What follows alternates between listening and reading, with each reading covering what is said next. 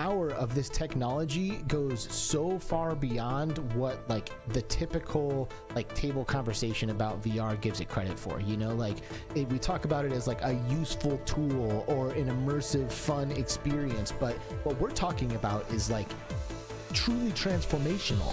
It should be perfectly possible to trick your brain into any experience if your brain can already do that itself naturally. So VR is almost like taking that ability for our brain to generate any experience for us and like putting it in our hands, which is wild. Man, that's something in the history books. People are going to look back and be like, yeah, it's 2022, 2023. That's when education, after hundreds of years, finally upgraded. We're in a strange time where our physical worlds are intersecting with our digital identities, and right now is a time to kind of determine what you want that to be. Once you have full body tracking that works well and it's frictionless, right? Meaning it's easy to do. Yes. It's a whole new, it's not a game changer, it's a whole new game. So maybe there will be some other people who would be curious to see what I'm learning, what I'm discovering, so to say. And that's how the Discover YouTube channel started. Oh, not really disco VR, Discover. Oh. Yeah, I feel bad when people ask me about VR, or they're like, what do you do? Like, all right, you asked, here it comes. I love VR, but I love going out and breathing fresh air. And not only was I stuck in VR for 10 days, I was stuck in one room because I was streaming, you know, the same space. I didn't see the sunlight. I totally lost track of what time everything was. She dances with the robot. She does the first steps. She dances with that robot. She takes that thing off her fist. I have the video. I'm holding it hostage. She takes it off her head and she says, I gotta have it. There are a few moments in my life I can remember very vividly. The day I got married, the day my kids were born, the day Facebook announced that they bought Oculus is one of those days. I was making chili. I've been in a lot of gaming communities, and the VR community is by far the best community that I've ever been involved with.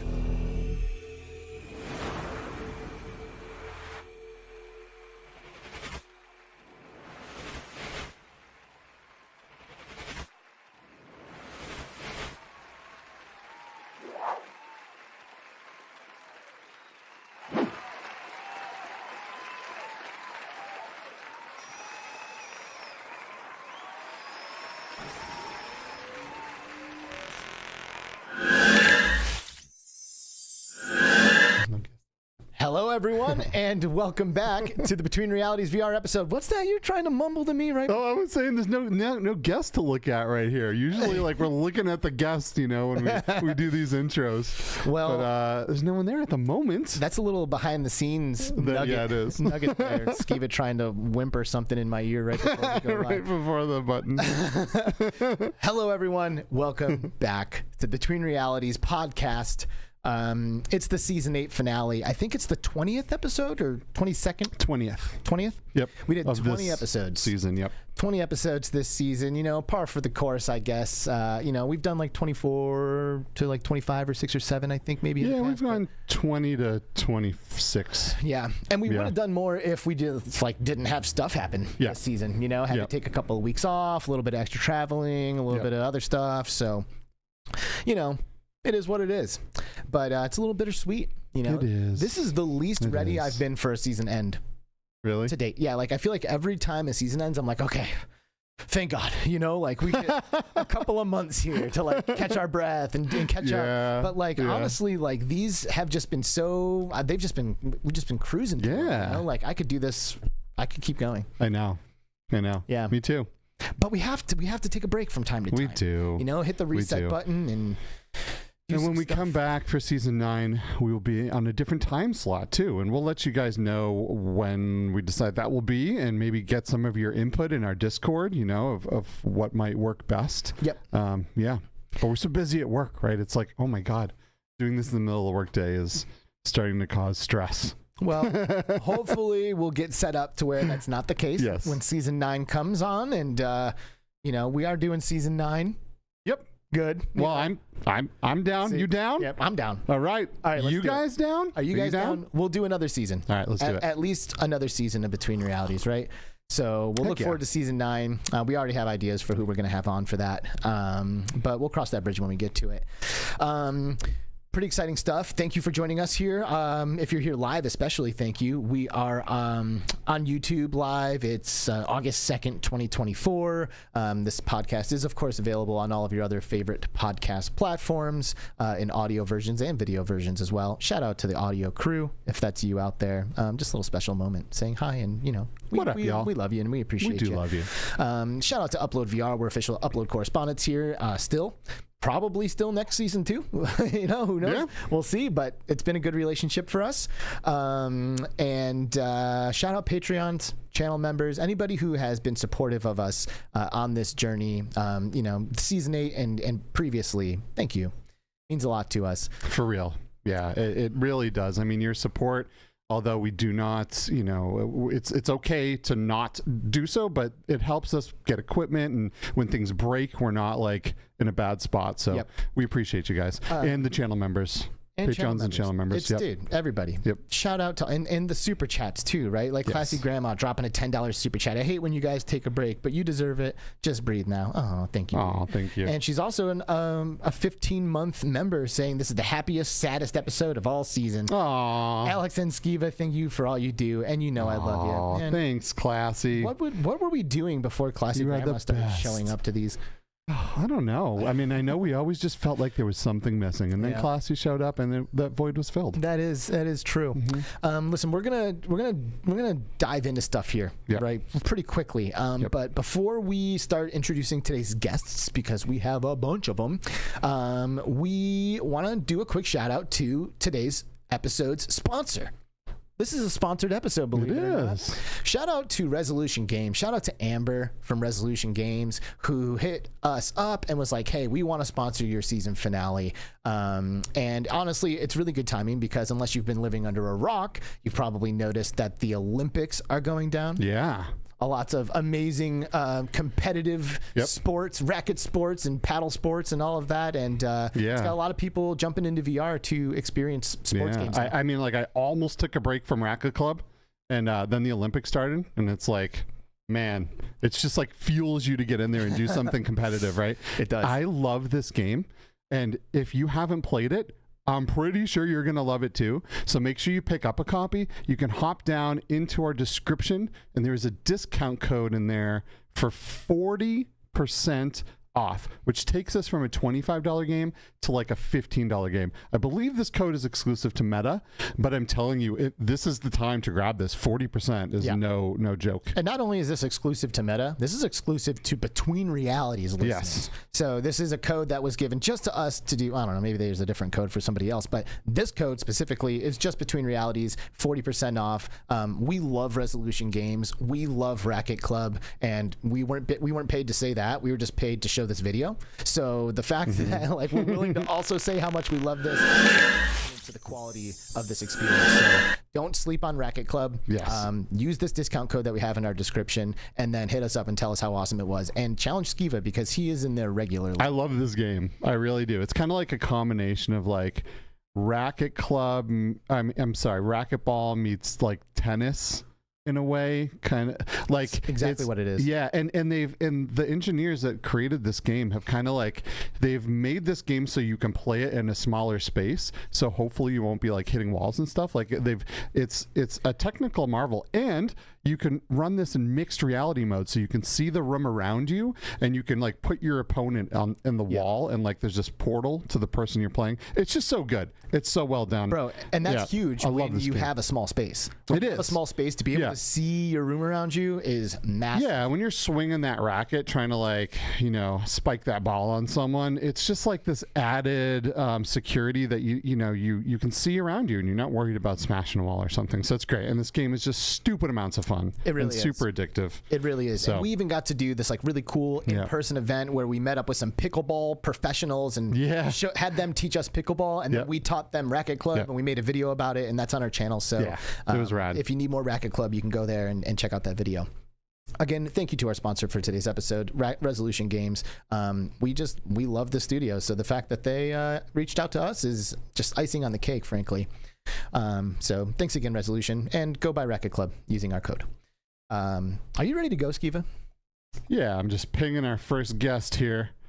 So I'm ready to go. So if this is your first community finale here, I'll just give you a quick idea of what you can expect. We are about to, and this will actually be a little bit unique because previously we've like really like kind of sunk into these and just like taken hours and hours and hours. We're not going to take hours and hours today, so we're going to try to like, you know, move through everybody as quickly as we can. But we have a lot of amazing people who are going to join us as a guest on the show today.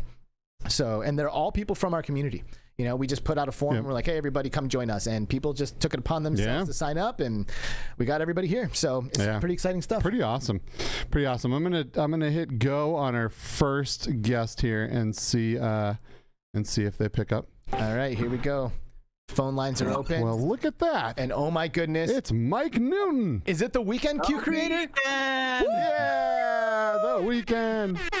I know for our people on YouTube VR in headsets, 3D. There you go. It's Qcreator. Nice. It's Mike Newton. The weekend has officially started. Has it not? So good to see you, man. Heck yeah. Yeah. So good to be on your show because you're an award-winning show now. Oh, thanks, dude. You said it. You said it. Not us, man. There's nothing to do with me being on 3 times. Nothing to do with me. That's why we're award-winning. You know, it is kind of funny because right before we started the show, Skiva, you know, he connected with you on Discord and he saw like your call history and he's like, oh man, I've got like multiple calls here in our log from the previous years that Qcreator has come on for our community episodes. It's pretty amazing that it's been years now that we've been doing this together, dude. Yeah. And we were in Arizona last year. Last year, around this time even. Oh, that's right. Yeah. And I did see on a side note that Game On Expo is coming back in April this year. April? Yeah. That is epic. Did you hear that, Qcreator? Yes, I did.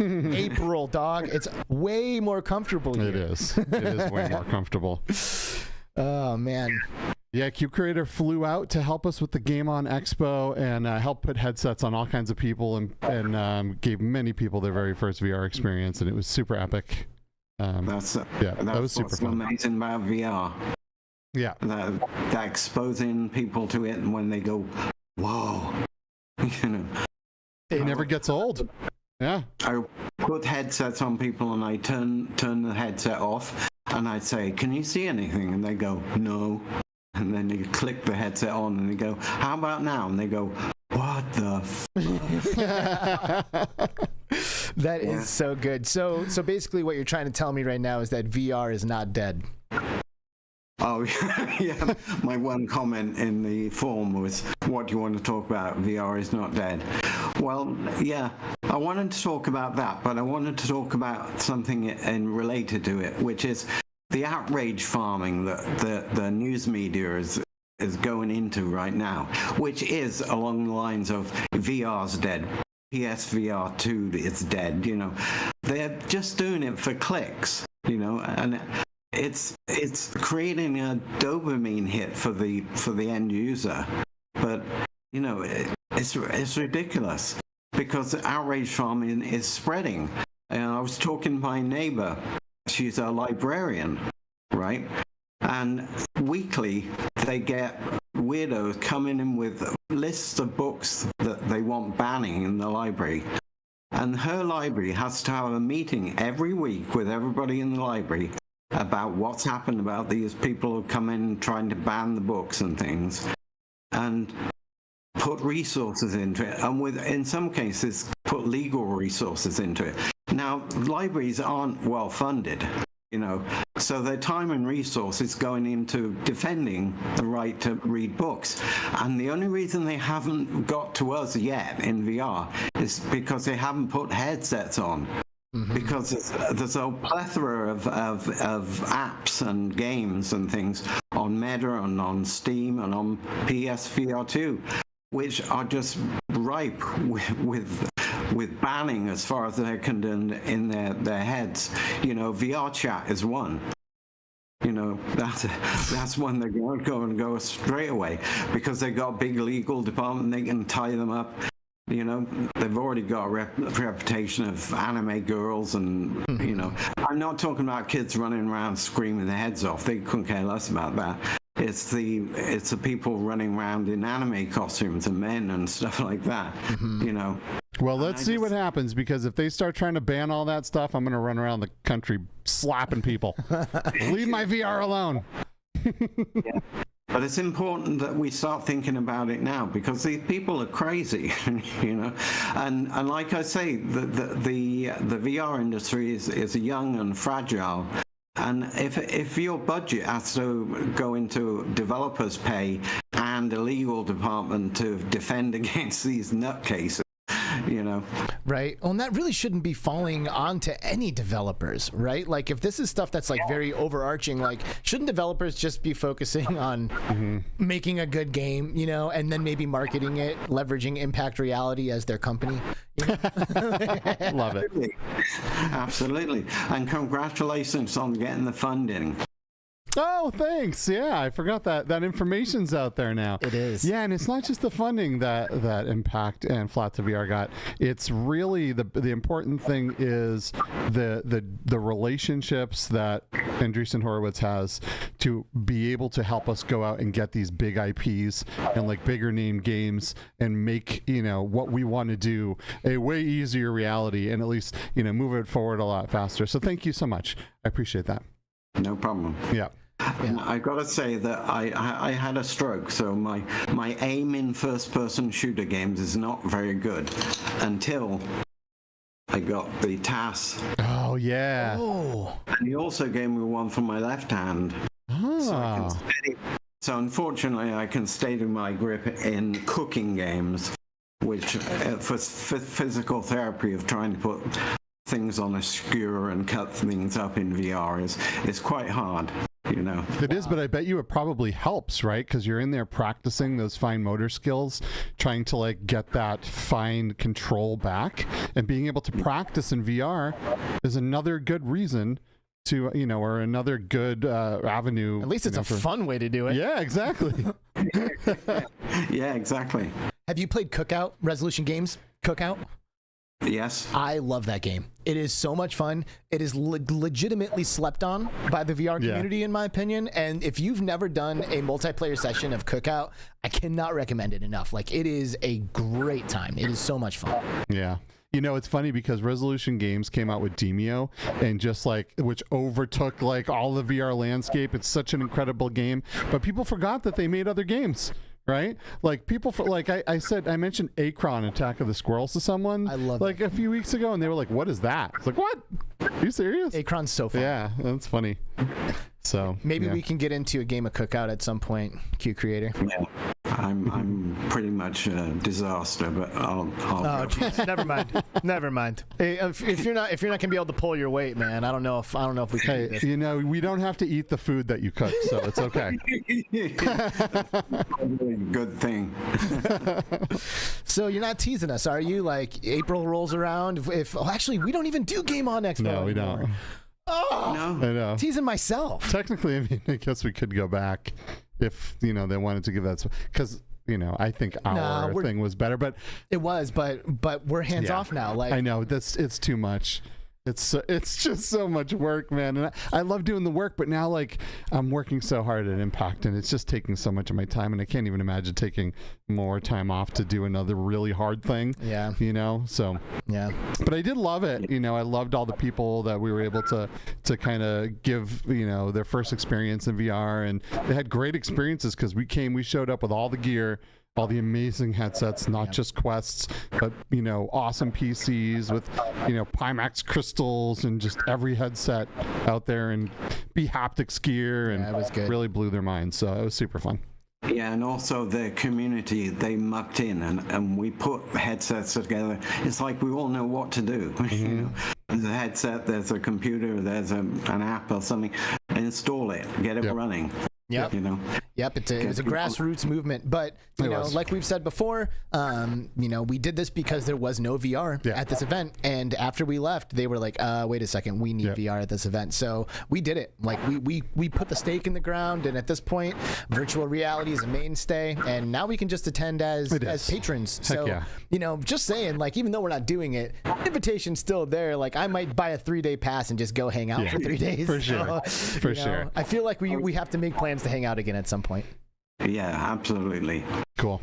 All right. Well, I think we are out of time for this guest, but thank you, Mike. This was super awesome. It's always good to see you. We should hop on a call just randomly, right? It doesn't have to be on here only. So good to see you, buddy. Okie doke. Take care. Have a wonderful evening. Thanks so much, man. You're so awesome. See you soon. Later. Bye. Oh man, I don't know how I'm gonna handle this thing emotionally today. This is too much. The amount of love and appreciation I have for everybody in this community is like really difficult to put into words. To be honest. Yeah, it's really good. I feel you. It's really good. All right, let's shotgun into our next guest here. Let's go. You guys are about to be as surprised as me. Hey, what is happening, Michael? Hi, how are you guys? Good, how are you? Yeah, man, you hear me and see me? Okay, I was working 10 minutes to make this setup work, so that's okay. It's you look and sound great. It actually, this is streaming professional. Problems, the usual streaming problem, you know, all the times. Something is not working, you think, okay, but last time worked, and say, okay, the camera is there, microphone is here, and just you turn on Windows as something appear. Definitely, and no, doesn't work. So, but it's okay. So, well, dude, nice to meet you, man. I gotta say that background looks like my people background right there. That's a green screen. Man, it's been a little bit. I feel like we hung out at Gamescom last year. Yes, at Gamescom last year. Yep. Yes, and you remember, right? So absolutely. We will meet this this month also. Yeah. I'll be back there in another 2 weeks or something? No way. Yeah. Oh my God, is it that pretty close to 2 weeks, maybe 2 weeks in a day. Or I still need to book a room. Preparing luggage, decide what to bring, and so on. But yes, it would be all the time to go there. It's difficult, but once you're there, say, great, yes, finally I'm here with people and a lot of fun. So, but it's just the problem is just to go there to reach Cologne. But for the rest, once you're there, it's incredible to meet you and also the other creators. Oh, right on. How long does it take you to get there? I know, just 2 hours, but the problem is luggage and go to hotel and all the stress of the traveling. But yes, from Italy, I'm quite close to Germany. Oh, you're in Italy. That's awesome. Yes, cool. Well, yes, why don't you introduce yourself to everybody in our community? I think this is the first time a lot of us have met you. Yes, okay, it's okay. It's my name is Michael. I'm from Game Cult. It's Italian YouTube channel about virtual reality mostly. But as you know, in the last time, I don't know, because of the problems of virtual reality, we're trying also to cover normal games, but we will see what's happening. Normal games? I resent this. Yeah. What do you mean normal? also our community wasn't so happy about it. But I say it's nothing changed, just some normal game. Maybe some of you want to see to know our opinion. But I don't know. This was they took it personally, okay, like a betrayal from VR. Say, okay, it's not just a betrayal. We just want to cover something else, but just to see, because I don't know how to say. VR is sleeping. What is it? It's definitely not that, but it's sleeping. Maybe just taking rest. Every year at this exact time, in the middle of the summer, we get a lull in games, just like the gaming industry does, right? Not as many games come out at this time of the year as like Christmas time, for example, right? But come like September, October, November, December, man, things start banging again. Like things get really, really crazy. So this is definitely the slow point. You know, August is notoriously the slow part of video games. So what is it that like inspired you to fill out a whole shelf full of headsets back there? Like, you know, because obviously you're one of us if you got a stack of headsets like that. So how did you get involved? Like, what was the catalyst for you kind of starting your channel? I don't know. I tried the first Oculus, the DK1 in 2012. It was at like Milano Games Week, some event like that. One of the bakers of the Kickstarter bought and brought in the exhibition to let people try. And if I have to be honest, first time I didn't enjoy it so much. If you remember the first DK1, it was just to experience the roller coaster and the villa, something. It wasn't very clear. Okay, it was messy, and so I didn't like so much. But 2-3 years after, when I tried the first HTC Vive with the blue and the Google Brush, that was when I fall in love. This was incredible. Nice. That day was incredible. And I say, okay, guys, I have to get one of these. Where to buy? I don't care how much it costs. I will just eat bread and water for 6 months. I don't care, but definitely this is what I want. Well, I am not. Yeah. I'm not surprised that you didn't have the best time with the DK1, right? That's the developer kit one. There was pretty much nothing out for VR at that point. That headset came out so studios and people could start experimenting with it, figuring out what works in VR and what doesn't. It was very low resolution, and it was only 3 degrees of freedom. So yeah, it was not the best experience. Exactly, and also the two experiences that were available at the beginning was very strange, and then so maybe not the best way to to introduce people in VR. I mean, but after that, with the HTC One, it was good. We had controller, good starting experience, and so it was totally different and different experience there. And so I started mostly because in Italy was nobody talking about virtual reality. So me and another of my friend Alessandro, we decided it was the time to start to create content. Basically, like the other creator, America and Netherlands creators was doing at the time, but for Italian audience, so in Italian language, nice. All the content. So that's I don't know, maybe we should have started in English, wouldn't it be better? But okay, because we are the nickel of the nickel, okay? People that love VR are small, and in Italian even there is a small audience, so we're not so big, but we're doing our best. Dude, I mean, but for me, it's like it all boils down to doing things from an authentic place, and that's clearly what you did. We're like, hey, where's the Italian VR channel? And boom, you did it from an authentic place. Like that to me is the path. You know, like maybe you're not blowing up your channel by hitting all these Western numbers, but like I still think that you will get to where you're trying to go quicker just by doing things from an authentic place. You know what I mean? And eventually you figure stuff out along the way. Of course, because when you're trying to communicate something in your mother language, I mean, I think it's better. You can be more enthusiastic. You can express better your feelings and so on. Otherwise, you will just go live and say, "Ciao, I'm Michelle from Italy. This is incredible." Right. Headset. You should that by I don't know. Maybe it's not very interesting for a worldwide audience. I mean, but, well, I say go with your heart. Yeah. Whenever that pull is strong enough, then you're like, hey, wait a second, we need to be doing this in English. That's when you do it, you know. But don't worry about all that other stuff. I mean, Tyrell Wood did it.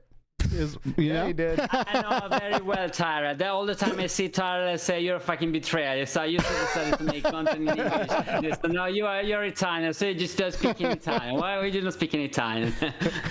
So when you are making VR content for your channel lately, like what kind of content have you been working on? Basically, me, I'm just doing a touch part because we are two people. Alessandro is basically covering games, software, and I'm covering all the hardware stuff, basically. And I was editing a video about Apple Vision Pro a few minutes ago. Nice. Awesome. Because, we did the content in February when it was available in the US. And now, because 3 weeks ago, it started to be available, it's also in German, in France and UK, so we decided to make another video just to explain what changed in the last 6 months after after it was available. So Sweet. Actually, it's arrived a lot of good app for Apple Vision Pro, and it's strange because it's look like the developers focus a lot to bring this incredible experience. I mean, working and daily experience for Apple Vision Pro, and they are not doing it for Quest 3, for example. It's strange because everything that Apple Vision Pro is doing, Quest 3 is able to do it. Okay. Yeah. There is no maybe eye tracking. It's okay. I accept eye tracking. All the other tasks is able to do it, but nobody's developing something like I don't know, put your timer there.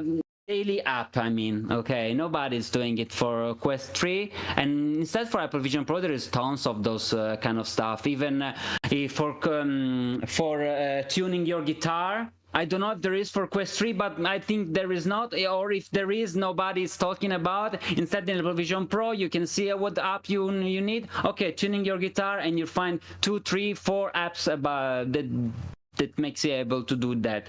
Nice. I think I would legitimately use that. Yeah, if I had that. Yeah, that's a pretty good use case. That is. Yeah. I actually went to go play my guitar like 2 days ago, and my tuner is dead. Like, and if I had that, but honestly, like, who needs a tuner? You got your ear, man. Are you kidding me? Oh, no, dude. No, I need a tuner. I always had tuners, and I always threw them away. What? No, okay. my ear is way better. No, tuner. it is not. Yes, it is. I guarantee you. Bring your guitar over. To this day, I will out-tune your tuner. I don't believe you. I will. If you prove me wrong, I will freak out. Yep. All right, Michael. I think it's time. I think it's time for us to move on to our next guest. Thank you for joining us today, bro. Okay. Really good to see you. We'll see in Gamescom 2 weeks. Yeah, let's go. See you there, bro. See you, man. Bye. Bye-bye. Oh man, this is fun. Shout out to Snow Toad for dropping $1.50 on us. Or hey, €1.50 or £1.50. Thank you, Snow Toad. I think that's £1.50. And then also ClassyGrandma with the $5. Hey, thank you. We appreciate you. All right, dropping all kinds of confetti here. Thank you so much. This is some good stuff. Appreciate you all. Pretty good stuff. Hey, sorry about the ads, peeps. Become channel members. I don't know what to tell you. Just kidding. Just kidding. If you knew the efforts I went to try to prevent. I know. We gotta try to figure that out. YouTube makes it really hard to not have ads pop up in just random places, right? And still have them. Yeah. You know, like we want to have some ads on the channel. You know, pulling a little bit of pocket change. For sure. All right, I'm going to dial our next guest, moving right along here. Let's go. Yo, 22 months membership for JBrat. Jeez, bro. Wow, heck yeah. That's incredible. What do we have here? Yo, is that Buck 3131? Hey. It is. I apologize that it's me. Oh, no. That's the sort of thing. Who were you trying to call? Wrong number, but hey, happy mistake. Well, considering the last time that I actually spent time with Alex, which was the first and only time we've met, we ended up in a bar drinking until about 3 o'clock in the morning. Rather, he was drinking and I wasn't because I had to drive home. Yeah, Buck eventually pumped the brakes and he could see that I was getting shit-faced and he was like looking at me and he's like, bro, are you sure you need that next one? I'm like, I know what I need. I'm fine. And rest assured, I was throwing up with a hangover the next morning. Gee, I've never seen you like that. Dude, that was such a good time. Thank you. Because, you know, I made the special trip out to hang out with Buck and PD and Catalans. Well, it's the same thing when Skiva and Todd came over as well, and I basically organized all the creators that we could get hold of to get to the same place so we could all get together. And I tend to be the one that tends to do that in the UK, is organize people getting together to do that sort of stuff. So it was like, when is the other time we're actually going to be able to meet you guys? You're on a completely different continent to us. Let's make the effort and let's do it. And we have people come from all over the country to come and join everyone, and it's great. Which is beautiful. One of the absolutely beautiful. It's the best thing with the community. Everyone gets together when they can. In fact, on Sunday, I was up north going, and I met up with Doc and Daysnetic, and we went to a VR arcade and we played some stuff there.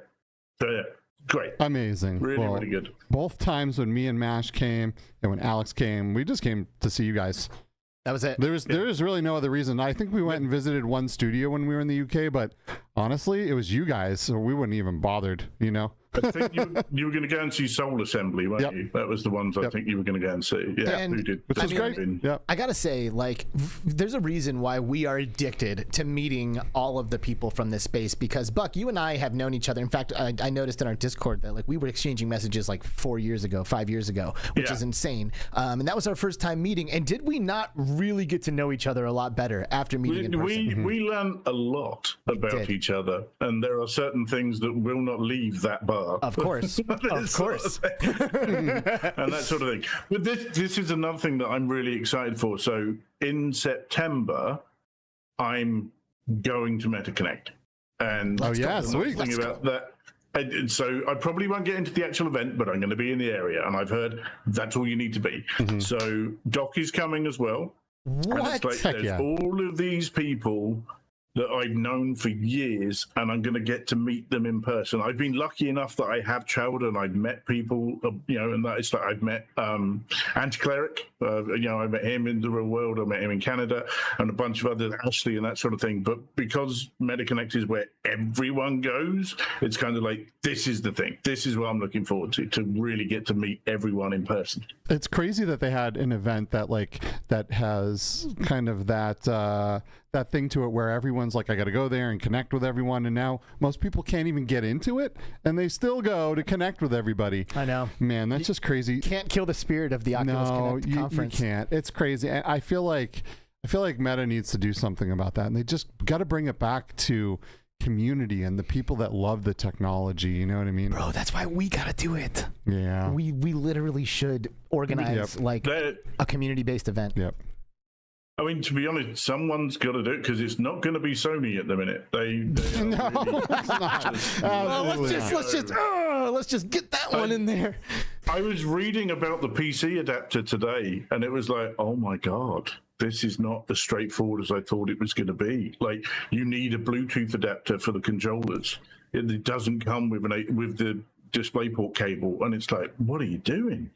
So it's kind of disturbing, but it's like I like my PSVR 2. I really do, to the point where I love mine. I've ordered some. To be fair, for me, it's a GT7 machine more than anything else. Same. And you can see I've got the seat next to me, so I just get in the rig and drive with a bunch of friends every month. So yeah. I mean, for me, Resident Evil is what keeps bringing me back into that ecosystem. Like if I'm like, should I buy the next PlayStation VR headset? Like, where else am I playing Resident Evil in VR? You know what I mean? That isn't like a mod. Yeah. So and those games are incredible, even if you don't like horror. The fact they added a bunch of PSVR 2 games to the PlayStation subscription as well. So if you got PS Plus Premium, they added a bunch of games to that, and two of them are the Walking Dead Saints and Sinners games, and it's like, that's worth having. Yeah. Absolutely. One of them's Ghostbusters, but we don't talk about it. And I will say that Walking Dead Saints and Sinners on an OLED headset like the PSVR 2 is terrifying. It is so scary because it's a dark game and you're crawling through stuff like sometimes at night in these dark buildings, and oh man, is it scary.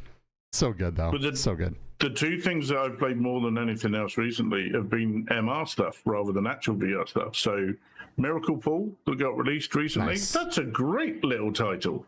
And the fact you can just drop a pool table wherever you are. Yeah, in your actual home. Yeah, well, or in your garden, which is what I was doing earlier today. And the other one was Infinite Inside, which is a really interesting puzzle game. And it does a mix of VR and MR, and it's really cool. I really, really enjoyed that one.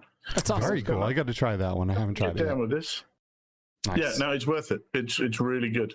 If you like your puzzle games and you like a little bit of cerebral stuff, it's worth hitting. Definitely. But yeah, I'm really good. And congratulations to you two on your awards for this. Congratulations to how your company's going. It sounds great. Thank you. And the more that you guys can do, and the more that everyone here who's watching and listening and doing everything else can do to elevate VR for everyone else, that's what we want. No one wants bad games. People want good games. And anything we can do to help that, that's what we're here to do. Amen. And dude, Buck, I gotta tell you, bro, you look amazing. Like, I can tell that you look like a freaking monster right now. Like, I was not intimidated by Buck before. I should have been. I see now the monster that was hiding underneath the surface.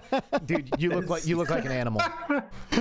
It's so this whole year for me has been about change. I quit smoking. But so basically, I don't know if you saw, I got to host part of the VR game showcase that was at EGX. And I was on stage, and then I saw photographs of myself on stage and went, what the fuck happened to you? Because like this, and why has no one told me? So it took me a couple of months to sort my shit out. But basically, I quit smoking, I started eating properly, I started moving more. I now go to the gym and have a personal trainer that tells me and holds me accountable and shouts at me if I don't do stuff. I've lost 2.5 stone in 6 months. Let's go. Wow. I don't know what that is in your crazy moon measurements that you use over there. It's stupid. But it's enough. I've still got plenty more to go, but it's good. Feeling good. Looking forward to what's next. Again, beautiful. Job hunting at the minute. I'm looking forward to what's next on that as well. So, like, life is good. I got made redundant, and I'm like, cool. Honestly, and it's kind of like a massive weight go off my shoulders, and I'm kind of like, do you know what? I'm really excited for what's next, and we're just trying to find something that we can do, and we've got a bit of time, so we haven't got to jump into the first thing that comes along. Well, what's next? I'm really looking forward to it. What's next is MetaConnect. All right, that's next. We're going to. Oh, actually, no. Well, I guess Gamescom. I don't know. You're not going to Gamescom, are you? No, I'm not going to Gamescom. Yeah. No. I just feel like if you're in Europe, stop over in the UK on the way back again. Probably not. I'll probably stay in Germany this time. Yeah, I'm going early this time as opposed to staying late. So I'm going to show up in Germany, hang out for a couple of days, and then go to Gamescom and then come back after. Yeah. That's cool. Yeah. But in that case, you need to get in touch with German Rifter. Oh my God. Oh yeah. We've already been chatting. If there is one member of the VR community that everyone should meet ever, it's Daniel, because he's like the best. Dude, thank you for reminding me. He's an amazing I have person. a couple of days to kill, and you bet I'm going to be hitting him up and trying to spend some of that time with him. Amazing. Absolutely. And awesome dude. And for the record, like I'm gonna tie up with you when I see you at Connect, because I want to feel some of that power. You know what I mean? So take it easy on me when that happens, okay? I'm not going to be bench pressing you when we get there. but that's not happening. Oh man! All right, Buck. It's time for us to move on. Thank you very much for inviting me on. Have a wonderful podcast. Thank you, everyone, and I'll see you all soon. Bro, thank you so much for being here. We love you. Good to see you, brother. See you soon. Bye-bye. Cheers, buddies. Oh, my goodness. This is great. This is great. I know, man. So many awesome people. So many. And it's not stopping. I'm gonna go right ahead and dial up our next guest as we're talking. This is so fun. And let's see, who do we have here? Oh my goodness. Dude, Andy Southern, Obscure Nerd VR, bro. How's it going? I have you up on my TV, or I'm craning my neck. Let me pull you to my eye line. Come on, baby. Dude, I miss you. I know, right? I know, I miss you guys too. It's been a while. Too long. Yep. Too long. Too long. Some would say that. We're saying it. I would say it. If you yank my chain, I'll say it. I'll yank your chain. All right, it's been yanked. See, we miss Andy a ton, but Andy also has so many AI girlfriends that are like keeping him busy. You know? Really do. It's a lot to handle. Something people don't know about these AI girlfriend apps is I've started covering some of them on my phone, and they'll like text me. So I get 3 texts a day. They're like, I miss you. Where are you? Man, you would think that if you could have an AI girlfriend, you could just like dump all of the negative aspects of having a girlfriend. But here you are, you get all of it. You get the whole package with AI. And sometimes they're upset. I got one the other day. It was like, hey, it's been a while. I've been sitting here alone. And I was like, why are you guilt tripping me to spend money on your AI credits? So that's been my life. That is pretty messed up, man. At least you got a bunch of them, so that way they can't like target you, like your loneliness, you know, because you're not lonely because you have so many. You have a plethora of that AI is true. That you is got some true. crazy ones too. Oh yeah, I mean, I kind of do that to them though. You drive them nuts. I make them crazy. I get comments sometimes on the AI girlfriend videos where people are like, the reason she's so unhinged is because she's just feeding off your energy. And I was like, you know what? This is making sense. Yeah, that does make sense. I guess they do learn from you. And if it, okay, man. So what does that say about the kind of boyfriend you are? No comment. Bro, tell me, will you please catch us up on your acting life? Like you put out like a film and people came to, there's a premiere. Like, please tell us about this. Yeah, it was very cool. So I started producing my own films because I'm an actor and a writer as well. That's kind of how I got into YouTube. And I just made my first short film that was like just me. It was me alone in an apartment. I shot it myself, and I got it into a festival at the Chinese Theater. So it had like a big premiere. It was like 100 people. It went really well. I was nervous nobody would laugh, but it was getting laughs in the theater. So I was like, okay, this is we're going in the right direction, you know. Dude, the Chinese Theater. That's the one in Hollywood, right? By the stars? The handprints, yeah. Wow, dude, that is sick. Good job, man. Congratulations. That's amazing. Yeah, super good. And I haven't seen the film, of course, but I did see the clip that you shared, and it got a legitimate laugh out of me. Like, I'm glad. And I wouldn't give that to you if it didn't happen, you know. And to get me to actually laugh, like I'm one of those like nose exhalers, you know. I'm like, you know, might give you one of those. I know the type. Yeah. So to get me like that, I think that means something. So I can't wait to see the whole thing. Yeah, I'm gonna be premiering. I have a second YouTube channel I started for like film stuff, so I'm gonna be premiering it on that like in a couple weeks, I think. Nice. You still keeping a finger on the pulse of the VR space, you know? Like I feel like you've been branching out a lot. Yeah, my channel right now, it's kind of like 1/3 VR, 1/3 like metaverse, old metaverse apps has been my new thing, and then like 1/3 the AI chatbot stuff. Nice. So I'm still in it, you know. That's good. I just did a video on Stabby VR, which I don't see enough people talking about this game. Stabby. Yeah. What is Stabby VR? So I found out about it because one of their clips were trending on Twitter like 2 years ago, the guy who made it. And it's just a multiplayer like sandbox game where you just stab each other, and it's surprisingly fun. Dude, multiplayer Melee is a recipe for a pain and injury and broken equipment. Like every single time I ever played Grapple Tournament, I smacked my wall with a controller. Like every single time. Yep. I never played that game. Hit the lighting fixtures. Mm-hmm. Wow, man. Yeah. So it's Friday night. What do you want to do? You want to get in the metaverse later and stab each other? Yes, I do. That classic pastime. Amazing. I love that. It is great though. I recommend it. And then I'm going to be checking out Zero Caliber 2 later. I haven't checked it out yet. Oh man, that game is so good. It's so good. Really? Yeah, it's like, so for anyone that hasn't played a Zero Caliber game yet, and this one being the best one so far, it's like the old Call of Duty campaigns that you go through, the single player campaigns, except it's co-op. You can get in there with a bunch of your friends and go through these intense campaigns with these awesome storylines, and it is so much fun. That actually does sound awesome. It's awesome. Oh, that sounds amazing. It's awesome. Yeah. Yeah. I got to record it. Someone's got to hop in with me. Heck yeah. Man, let me get in there. I love good co-op. Yeah. Good co-op is where it's rad. It's super good rad. Co-op and clean like shooter mechanics is all you need for a game like that to succeed. And a script that is good, which it seems like it is from what I've seen. Yeah, it's like an action movie. Plus, you like run around, you find like attachments for your weapons, you throw it on scopes and silencers and just all kinds of crazy things. And you're running around like, you get your friends there and you're like, yo, check out this mag I just got, and there's stuff blowing up and tanks rolling through. It's just so good. It's so good. That's my kind of game. And then I also I tried the Attack on Titan game finally. Oh, the legit, like the actual one that's coming, or the fan made one? The legit one, the early access that came out. Yeah. I feel like this is like a polarizing topic, this Attack on Titan game. Yeah, I'll admit, I put out one of the hate videos when the trailer came out. I was one of those guys, because, I will say, playing the game, it was better than I expected, but not as good as I hoped it would be before the trailer came out, if that makes sense. That makes perfect sense. Have you played the fan-made one?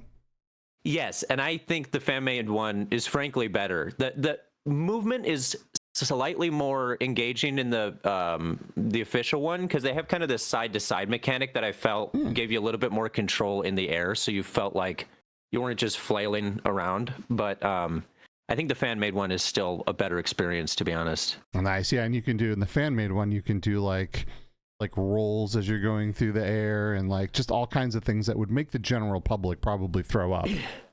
And this is all about. It's all about like killing a giant, right? Like that's really what you're doing. Yeah. Like you're killing giants. Yep. I mean, it's a bummer that people went into an experience like that and didn't love it because scale is like the most impressive thing in VR. So if you're gonna make a game that's like completely surrounding itself around that idea of like being next to a giant and then you don't deliver, like it makes me sad. Well, you know, I hear it's pretty good, but you know, when the price point of like what was it, $4.99 came out, I was like, $4.99, this which makes I do sense. think it's worth it for that price. For sure.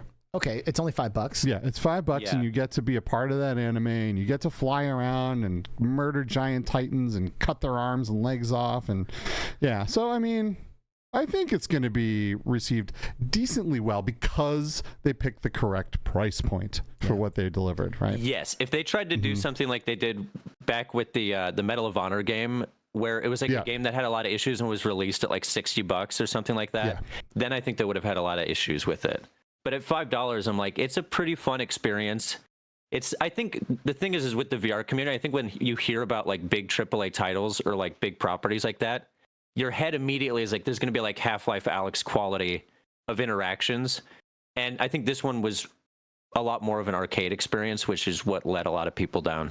Yeah. I mean, you know, the thing that people don't realize is that like the IP could be as popular and as successful as any other IP in the world, but at the end of the day, that IP is like licensed by a developer, and it falls on that developer to, once they get that IP, to do right by it. And we've seen in the VR space quite a few times that we can't really count on that happening. Like you could get an incredible IP, but if the developers kind of drop the ball, then there's not a whole lot that can be done. Yeah, you might get that initial influx in sales, but once the reviews start coming out, there's not a whole lot. Yep. I mean, you know, and sometimes there's like redemption stories. I almost feel like Zombieland is one of those, you know? Like Zombieland came out, everybody's like, everyone's like, man, screw this. And then all of a sudden everybody's like, wait a second. Wait, this is good. This game's incredible. This is actually great. Yeah. It is. It's really funny you brought up the flips, though. I had a friend come over, and I love giving people their first VR experience like we always talk about. And I think the Quest 3 is like the headset for it. So like totally. My friend came over and he just put it on because he's like, oh, can I try this? I was like, yes, try it. Pick whichever game sounds interesting and just launch it. And he played Battle Glide, which, if you don't know, it's this superhero sandbox game. And it's very fun, but they have a flipping mechanic where you're doing like double front flips while Spider-Maning through the air. And he immediately tried that and fell flat straight into my couch.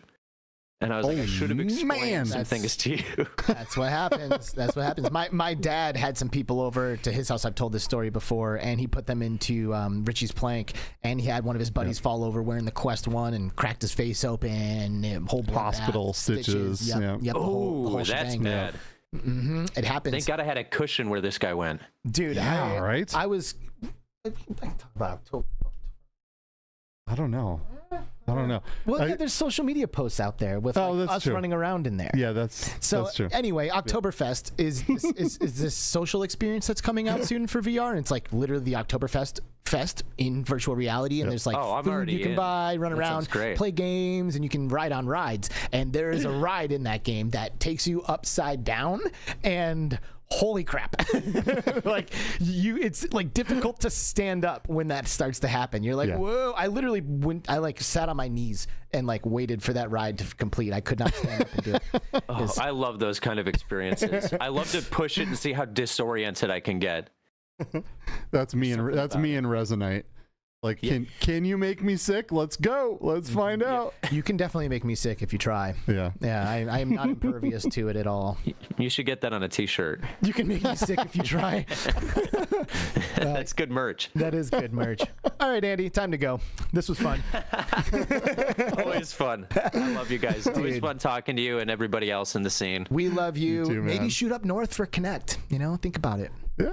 I might if I'm able to get in, you know. No. You're not getting in. Just come up. I'm not going to worry about getting in. I probably won't. But that's true. I've got a plane ticket. Maybe I'll look into it. If I can swing a good ticket, maybe I'll make that happen. Yeah, let's hang out, bro. Nice. That sounds good fun. to see you, brother.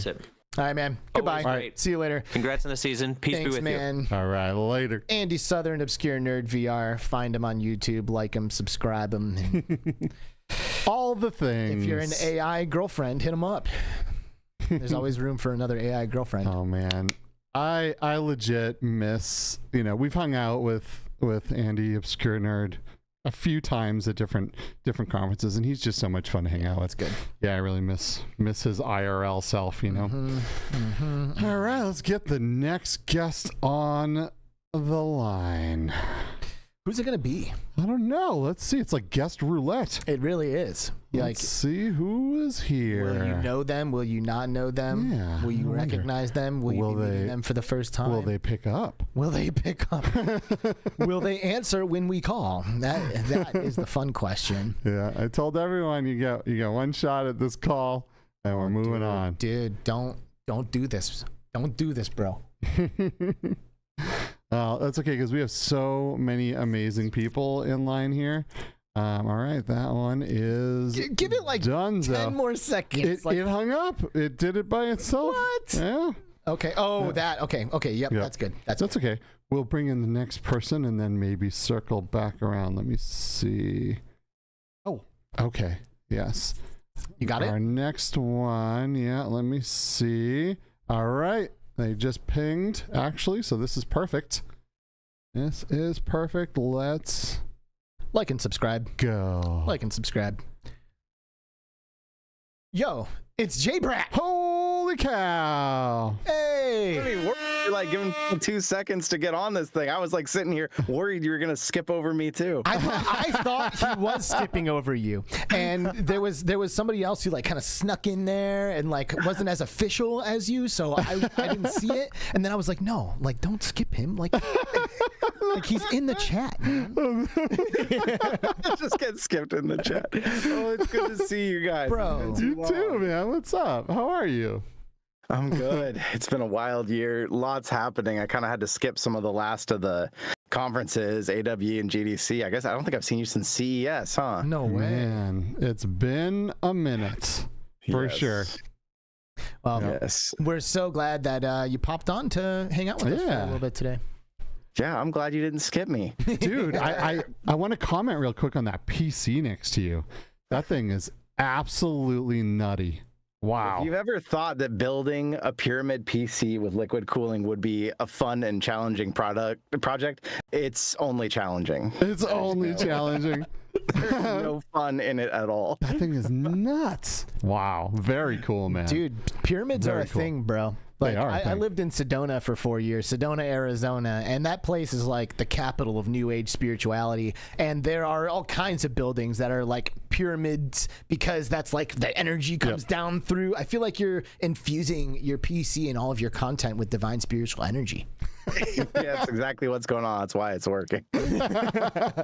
Well, something's working, bro, because you're on your way, man. I feel like you're closing in on 100 now, aren't you? You're like in the 80s. Yeah, I think we just hit 82 like yesterday. Sick. So yeah, we're working our way up there. It's really exciting. We're gonna be at Gamescom for the first time. That'll be my first time in Europe, period. Whoa, no way. Trip for the channel. So I'm gonna get to see hopefully all of you guys out there. Yep. I have no idea what to expect. I've never been to one of these, but I hear it's huge. It's just massive. I mean, I think that's the main thing with Gamescom, right? Is like you're just blown away by its size. There is nothing else that even compares. Because like you walk in at first and you're like, okay, it's an expo, and then you realize it's not just that one hall you're in. There's 10 more of those attached to it. And you're like, what in the world is happening here? It's absolutely bananas. All the VR will be in one spot. Not all, but all of like the major VR companies will be at that one spot, the home of XR, which is going to be awesome. But kid you not, there will be VR scattered throughout that whole place, man, for sure. Yeah. The XR mega booth, isn't that what you're calling it? I think it's just the home of XR. Okay. But Mega Booth sounds I cannot wait to see what you've got cooking up. Although I'm not super excited about 17 hours of travel, but I hear it's better than a lot of people, so yeah, I'll take it. This is true. I have my X-Real glasses loaded up with probably like 25 movies waiting for that flight. Or the 2 flights, right? Because you're going to be entertained there and back. You're just sitting in a tube for, 15 hours a shot. I need to prepare for this. I'm not ready. Like, I don't know what I'm going to do during that time. You want some AR glasses and you can watch some stuff on the plane? Maybe. Yeah, or maybe I'll take a page out of your book, no pun intended, and do some audiobook stuff. Like I never. Oh, there you go. I never. Yeah. I love audiobooks. I really do. You probably get through a whole book, a couple books even, depending on them. Yeah, there's 6 to 10 hours. So I would pass out, bro. I can already tell. I would be on logs after the end of chapter 1. Well, I can't wait and then connect after that too. It feels like everything's picking back up for the season. It feels like we had a couple months that were getting a little quiet there. We were over here just trying to prepare, and now it feels like everything's happening again. I can't wait. Yep, and then it starts right after Gamescom. Right, going into Connect is when things start picking up. When that fall season of all the releases starting to come out, and oh man, it's gonna get crazy again. This was our time to kind of relax. Even though we probably didn't relax much, but yeah, it's just gonna get nutty again. Yeah, I think Jay Weeb told me this is the time of year. This is practice where you get ready for the holiday season. We're trying.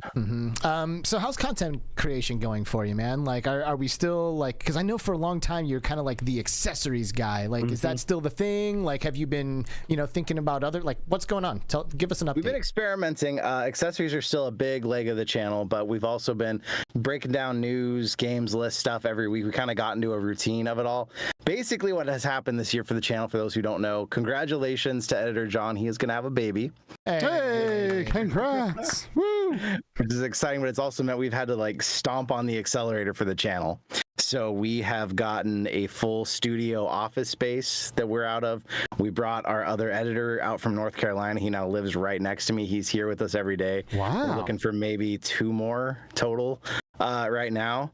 And yeah, we've got space. We're starting some new series. We got a couple headsets from Meta for the first time in years, so that's going to help us out with some of that. So we're cooking up a lot of new stuff. We're trying different things. It's really exciting, but it's been a transition period for 3 or 4 months getting all this set up. So I missed some of the big cons, but I'm excited to start traveling, seeing you guys again, and really push the channel in some new and bigger and better directions. So I'm excited, but man, it's been a lot. It's been a lot to handle. It seems like JBrat VR is here to stay, bro. You're not going anywhere. None of us are, right? Isn't it crazy to think about?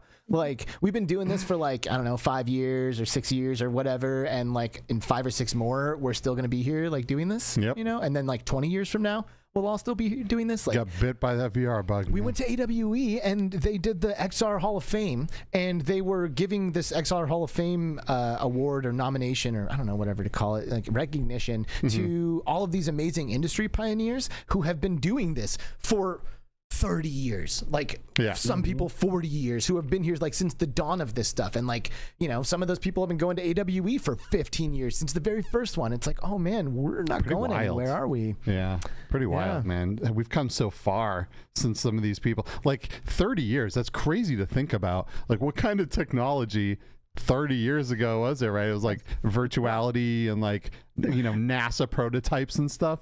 Those big wires hanging off from the big, huge gloves and everything. Yep. Yeah, it's wild. I know most people think 2016 or even 2019 when the QuestCon is when we all started, but it's been going on for way longer than even a lot of us. Yeah. I mean, the first headset I put on was in 1992, and that's when it just changed my life. I was oh man.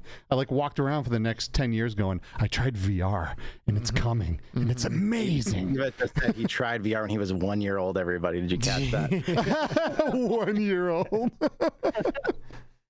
I wish that were the case. Oh man, so you had never been to Europe before either? No. I got married in New Zealand, and I went out there that way. Right. But she's been to Europe. I never have. So this is gonna be totally new to me. I don't even know how I'm gonna find my way from the airport to the hotel yet. But I think enough people are flying around the same time, hoping to just kind of find somebody and tag along with them. Are you flying into Frankfurt or into Cologne? I connect in Munich and then fly into Cologne. Okay. Yeah. Well, get ready, because if you take an Uber or something on the freeway to your hotel, it's the Autobahn. There ain't no speed limit, baby. And those Uber drivers made my butt pucker. They were going fast. Uber Black or something, so you get one of those. Yeah. Uber Nas.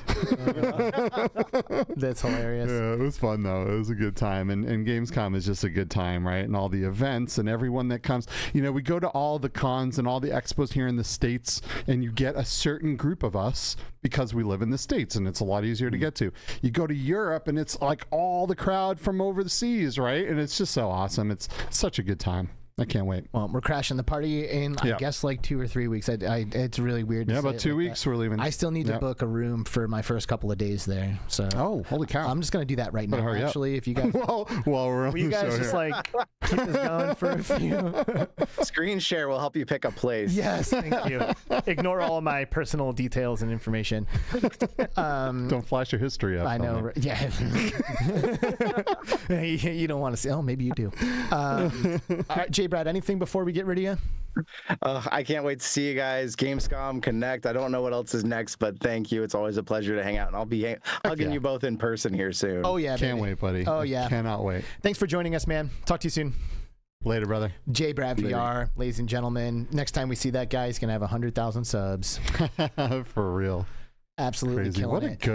good dude. We're so lucky that we have so many amazing people in our community, right? It's just crazy. We don't have a lot of those like scummy people that are in it for the wrong reason, you know? Not a lot. So just, so it's great. Not a lot of them. All right, let's get our next guest on the line, which, let's see. Okay. Let's see who we got. Hey, yo, what's up, man? It's Howard. What's up, man? Hey, Howard. How y'all doing? How y'all doing? Yo. Pretty good, man. Pretty good. Yes, man. Hey, excited. I didn't saw it myself too, so I'm good. Woo! That's good. Holding it together. Hey, hey. She want to sit on here and try to say hello. So yeah, that's how it goes. What's up, baby? Hey. Always a daddy first before a meta. That's right, dude. Howard, good to see you, man. Howard and I were just hanging out just a few nights ago when I was a guest on his show in Meta Connect called the Howard Hour Live, and he had me on, and we went, talked about my journey in the VR space, cool, and all that stuff. Heck yeah! Boom. Then he signs up for us. You up there next too. Skiva's next. Hey, let's do it, man. I am down. It's a hard act to follow. Bro. Oh yeah, hard act to follow. Of course, I can't. Yeah, I he was can't up there with his shirt off, man. He had the crowd going crazy. He was like, dude, Howard, thanks for coming on, man. Something I noticed you said in chat earlier that I want to bring up is you said that you met your best friend in the metaverse. That's pretty cool. Yes, I did. So yeah, shout out to my the homie Soup. Yeah, Super Media. Nice. Shout out Super Media. How did that go down? Yeah. Yes, man. It was lovely, man. He started doing production and everything with me. Like when I first started getting into the metaverse, I was doing like a podcast at the time, Talk That Ish, and he was like starting to record me and stuff. And man, right after that, we just started building a bond. And actually, this past AWE that just happened was the first time we was able to link up and everything, man. And like I said, they say you got brothers for life and everything, and that's one of my brothers for life, man. Nice. And it happened through the metaverse. Bro, I couldn't tell you how awesome. many brothers for life I have as a result of this VR community, man. It is like ridiculous. Like I don't even have real life friends anymore. Like this is it. You know? Do you have real life? Are you? Yeah, dude. I don't know what is life. It's sick. And we actually got to meet and connect at AWE as well. We have some pretty amazing photographs of the two of us together partying, Nice. Yes. Yeah, those like are good. How the guest said earlier. Some sauce don't leave Cali, so yeah, that's the good way. Yeah, that's right. Yeah, that's in the OnlyFans. You got to subscribe for that content. Yes. But yeah, dude, it was amazing meeting you in person, kind of making that connection, and then boom, here we are showing up on each other's shows. Like this is what it's all about, people. Like this is why we do this stuff, man. Like I didn't know Howard before AWE. We meet, we connect, boom, boom, boom. Here we are, like growing our networks, growing our communities, connecting. Like it's beautiful. and no stalker mode. That's what I'm saying. That's so crazy how small this tech world is. When we end up linking up and everything, I'm like looking at you and I'm like, pulled up your thing. I'm like, you're between realities. One more, man. And that's what I said. That was the first thing right there. And I'm like, my mouth just dropped and I'm like, this space is for me. And how you were saying earlier about when that genuine connection now and everything, now I'm able to sit here, have you on call. Hey, now it's on call. Ain't no waiter status. I'm on call, bro. Give you a call and everything, and you'll be able to answer. And man, that's one of the greatest, like, genuine feelings ever, man. Like, and it all started with this tethering in the metaverse. Amen. So tell us about the Howard Hour Live. Like, when were you inspired to start this podcast, and what's the podcast all about? Man, just like my man Gambit said, ever since I came out my daddy, I was ready for this. But no, man, the Howard Hour came about, man, when I was just in like a dark time on the metaverse. I'm saying, felt like something that I built up, I was taken away from. And now it's that I'm seeing like, in the time when I needed positivity and everything, I wasn't getting it. So I'm like, the Howard Hour came about, like I had my ribs was fractured at the time. And a world creator came to me at the time. Shout out to MetaClean Rupert. He came to me. He's like, man, Howard, I see you on this space. You're doing. But I never see you ask for anything in return. He's like, man, what do you want to do for you? And I sat there, man. I'm like, man, I want to do something where I sit down and talk to the people of the metaverse. And he's like, yeah, like what? Like Dave Letterman? I'm like, no, like Arsenio Hall. Like Arsenio Hall meets the metaverse, but I do it better first. And right there, man, like sat there, like I did like a couple of like podcasts and stations calling it the Howard Hour. Then I'm like, okay, the Howard Hour Live. And man, came about, man, sat there, did my first episode, shout out to Danica. And once I seen like the response and everything, and not even just that, the feeling I had after it, it just felt like this was my calling. And the rest is history, baby. Yes. Dude, by the way, I gotta say, you are chock full of these like amazing like sayings and idioms that I never see coming, and they're always just like so delightful. Tripping like a kid with untied shoes. I always got to stay out of line, you feel me? But that's why I always got in trouble, because I never fell in line. Don't do it, man. Dude, being in line is boring. The first thing I noticed when I did the Howard Hour Live was because it's in Horizon World, so you're in a VR space on a virtual set and everything, and Howard Hour Live takes place on a spaceship, just like Between Realities. Way! That's so cool. Yep, you can look out the window, space is out there. Sick. Like it's all sci-fi. Yeah, right on. It's dope. Awesome. Very cool. hey, gotta learn from somewhere, and that's what I'm like, it's crazy how stuff sticks in. It is, man. So what's next for Howard Hour Live? You got more guests booked. Like what's been on the horizon for you?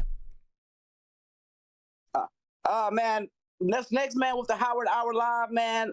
I'm booked out all the way to the end of the year. If I got a spot for Steve. I was like, that's no problem. But no, not even as that. Doing MetaConnect. I was gonna try to do Gamescom, but I didn't have my stuff early in time. But I'm trying to do AWE Europe. Man, just staying on this how you say, this elevation of just keep climbing. And I'm seeing this thing with the metaverse, this real life tethering, like how you were saying earlier, like just don't have to keep going after it. But no, it's just on to bigger and better things and just growing like a tree and the Amazon forest, you feel me? So ain't no containing me. How amazing is it? Like I could listen to it all day. It's too good. It's too good. Well, it was super awesome to be on your show, man. I had a really good time. It gave me an opportunity to put on the Quest Pro, turn on the facial features, get in there and start winking and shit. Nice. Nice. That's cool. It's super cool. And man, I love like this rise of creators in Horizon Worlds. I really do. Like the Horizon Worlds community is incredibly strong and incredibly passionate, and like honestly isn't exactly getting like, I don't know, the spotlight that I think maybe that they should be in, like the VR industry and space as a whole. It feels like it's still almost underground. Does it have like an underground feeling for you, Howard?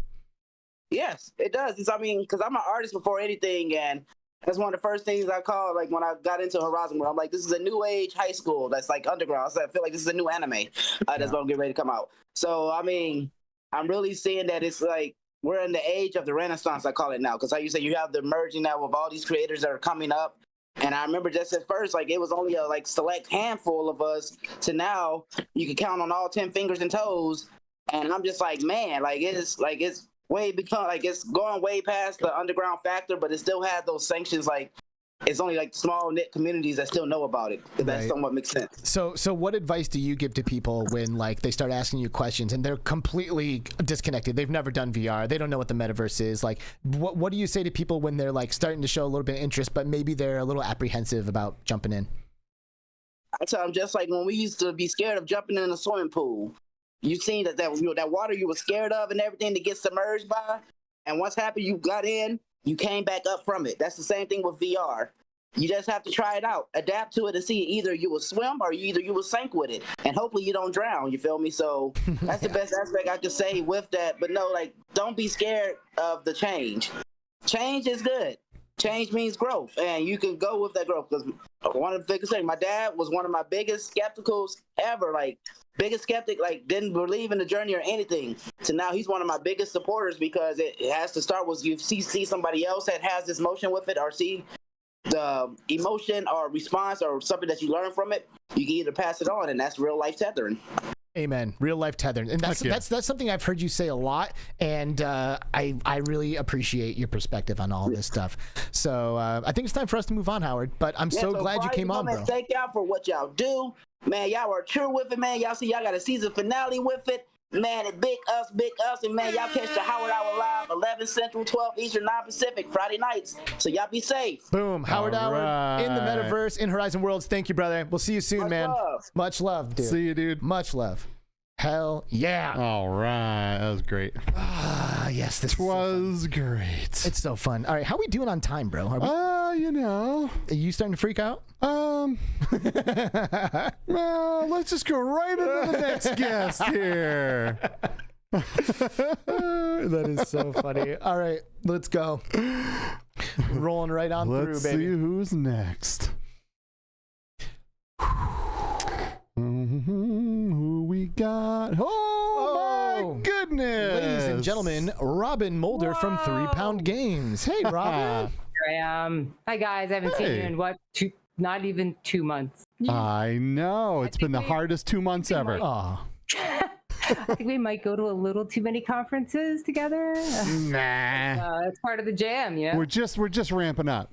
It is. Hey, yeah, Robin. No, I'm super stoked about all the cool stuff coming up. I'm super stoked about having an Augie Award winner on my show. Oh, heck yeah. Congratulations to 3 Pound. Congrats. Augie hugs. Dude, we should get our Augies together. They could go on a play date. Yeah.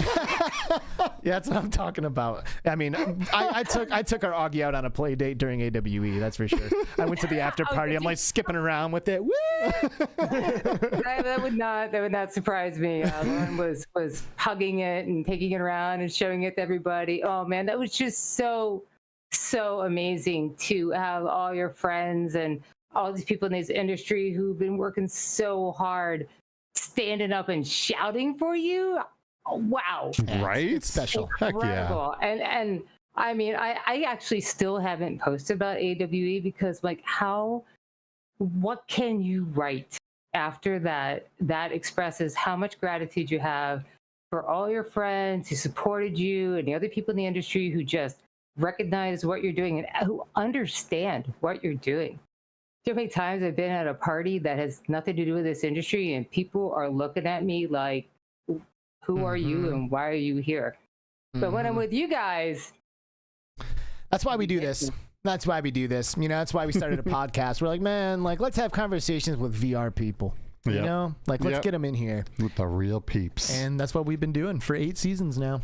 Heck yeah. It's impressive. It's impressive. I've been, I go back to 2018, 2017, something like that. For a little while there, we were doing the, you know, let's just build cool stuff and people will get it. Oh, but that's not true.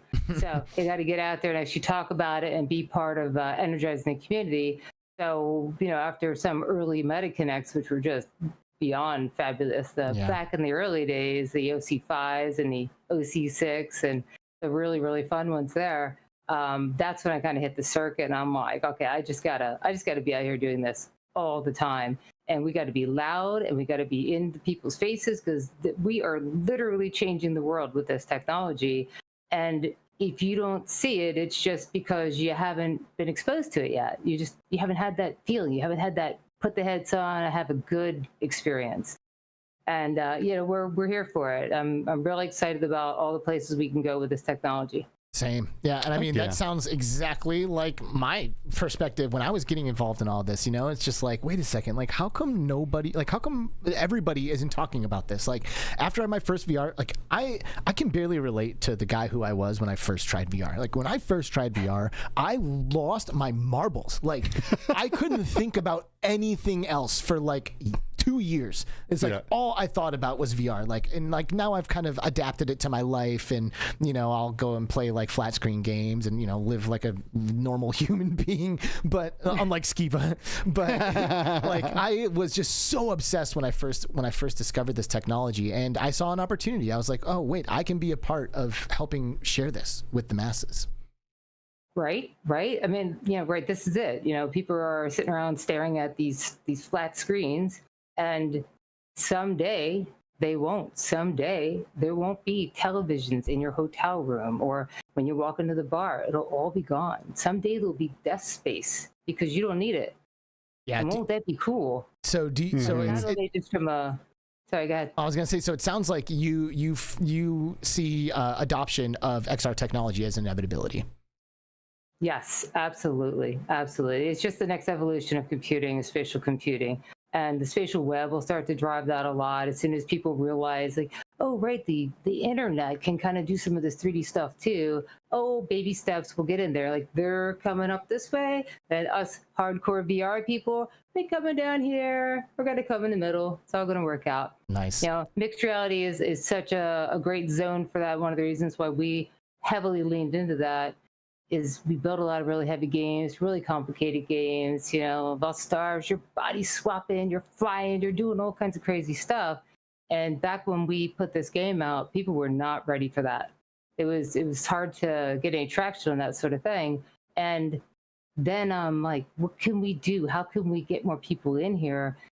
When hand tracking became really viable, I mean, we've all been working hand tracking for a long time, but the MetaQuest 3, what a difference. What a difference on the visual clarity with mixture. And the fact that it's really mixed reality. It's mixed reality where I'm actually using my desk. I'm actually getting my room and putting things on the walls and really taking advantage of the technology in every possible way. That's going to make people a lot more comfortable. So we're really excited about it all. Well, heck yeah. Tell us a little bit more about 3 Pound Games for anybody who maybe is not familiar with your studio. So we are a cutting-edge game development spatial computing company. We focus only on spatial computing. We have several apps out. The one that we're really focused on right now is called Grokkit. So to grok, to pick things up intuitively. Yes, this is from a book, Stranger to Strange Lands, long before Elon co-opted it or any other AI systems. So it's getting used a lot right now, so I feel like I have to clarify a little bit. But the idea is you should be able to just pick up these games very quickly and very easily. We've always found that we're standing over someone when we're like, hey, this is how you fly. You put your hands out, use our cool rubber band system. We're having to explain a lot of things. It's hard to show somebody how to do these things. And it's just, like to use a callback word, but there was a rift in the users. There's these people that know how to do VR, and then these people who don't have a clue. And they don't know how to think spatially. They just don't. They just don't have the experience. So Grokkit's the answer to this of it's hand tracking, it's multiplayer. So you get the monkey see, monkey do. It's we take all the rooms and we merge them together, and you're playing with all of your actual rooms together in one space. Super cool and incredibly seamless. And all of this stuff's very hard to do because you're talking about multiplayer with hand tracking. That's a lot of little fingers. Right. Oh, and there's physics, and there's scene understanding. There's desk involved. There's walls involved. There's a lot of complexity in that. So we're trying to make something that was incredibly complicated, but make it really, really simple for the user to be able to play and just get in there and chomp some fish or do some stuff. Skiba got to see a really early version of it back at GDC 2023, I think it was. I think you got a little quick view of that. Yep. And then what we did at AWE, we had a 20 by 20 booth where we were showcasing the even latest stuff, co-location arena. So now instead of being in separate rooms, you're in the same room and you're wearing your avatar and we're all playing the same game together. That's huge. That has a lot of social implications beyond gaming because you could all be firefighters and you could wear all your gear and you could be putting out these randomized scenarios where everybody sees the same thing and they actually get that experience together. So the fact that we can leverage all the sides of it will really help adoption, and it really helps gaming because we can really lean into that as well too with all the LBE space, or the parties, events, places where people are gathering, where we can get them in headsets and make them go, yes, this is cool. I want to buy a headset. You know, for that kind of experience that you're explaining, this co-location, like we're all kind of sharing the same space together. LBE is like really the place for that type of experience. You know, we saw Space Pirate Arena come out almost 2 years ago, and Crazy. I know, so crazy. And unfortunately, like that was straight to a consumer headset, but like I don't know anybody who played it. You know what I mean? Like legitimately. Like that's too bad because it was so much fun, right? We played once. Yeah, and it was hard to set up, you know, and it was in the Quest 2 days. But now with a game like Grocket, you know, when I was at AWE, we got to do this experience and the arena style version that you had, and it was me and Tribe Grey Wolf and Jordy Grey Wolf and Q2C Todd, and we all put on a headset and we went in there, and no controllers, right? You put on the headset, there is everything. You literally just use your hands, and you kind of like your hands turn into these like sharks, and all your friends have like their heads replaced with ridiculous and fun avatars. And then we ran around the space like trying to eat fish and collect things, and we're all running around doing this and just having the best time ever. And then afterwards we're like, man, I wonder what we looked like running around doing this, you know. But oh my god, was it fun. We had a really good time. I have tape. Nice. Yeah, the other experience that we had there was the Vault of Stars implementation. So we took our giant golems that we had in Vault of Stars back in the day and a bit of that scene treatment. And that was another game that we were showcasing. And this got Melee in there. So you're a giant golem, and you could pick up rocks. I could throw them at you, and it would knock your armor off. And initially, we were going to make it really aggressive, but then we thought better of getting sued, people getting hurt. You know, it happens. People are going to punch each other because, you know, as soon as you want to do that, and you're like, yeah, I don't actually know how close to your face I really am, or your headset. So even though you can actually do it in the game, we just didn't tell people that you could break each other's rocks off, because I'm like, yeah, this is like rock'em sock'em golems, knock your block off. Why not? Right? I mean, that does sound fun, but to your point, like Skiva and I ran into each other playing Spice Pirate Arena, and you know, like, and that game is like designed to be at a distance. So it's So scary. we were doing that. We were doing a lot of that calculation of how do you get players to, one, know that they all see the same things. You have to have that context. So like, I really know that we're all seeing the same thing. So that was a little interesting spot of, okay, well, let's make sure you all start the game in the same chumpy little area. And then how do we make sure you're not constantly running into each other? So that distribution of how you randomize objects became a big topic, or, you know, the whole bit about how do we change the gameplay that was originally heavy melee to, what, go collect some stuff, and you have to feed this and close the moat portal. And yeah, of course, you can throw the rock at the other person, and if you know, and you could hurt them. But if you don't know, you're not punching each other intentionally. Yeah. So hopefully we'll have softer headsets in the future. I'll tell you what. I don't know, like, as the developer, like, I mean, you should be thinking about this stuff. That said, like, we did Sandbox, and we did Squid Games, and there are games within Squid Games that actively encourage you to go after the exact same space in the area.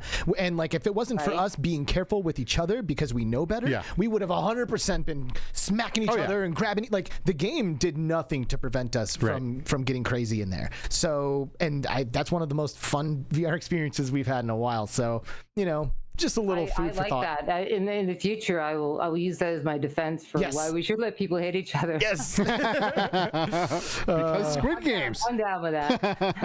Yeah, it's good. It's good stuff. So that's going to be the co-location arena is going to be a DLC, and that's also kind of addressing what you guys were just talking about. Is not everybody's going to have 3 headsets, 4 headsets in the same location. Right. It's a DLC. If you happen to be a place that has a bunch of headsets, you're all set.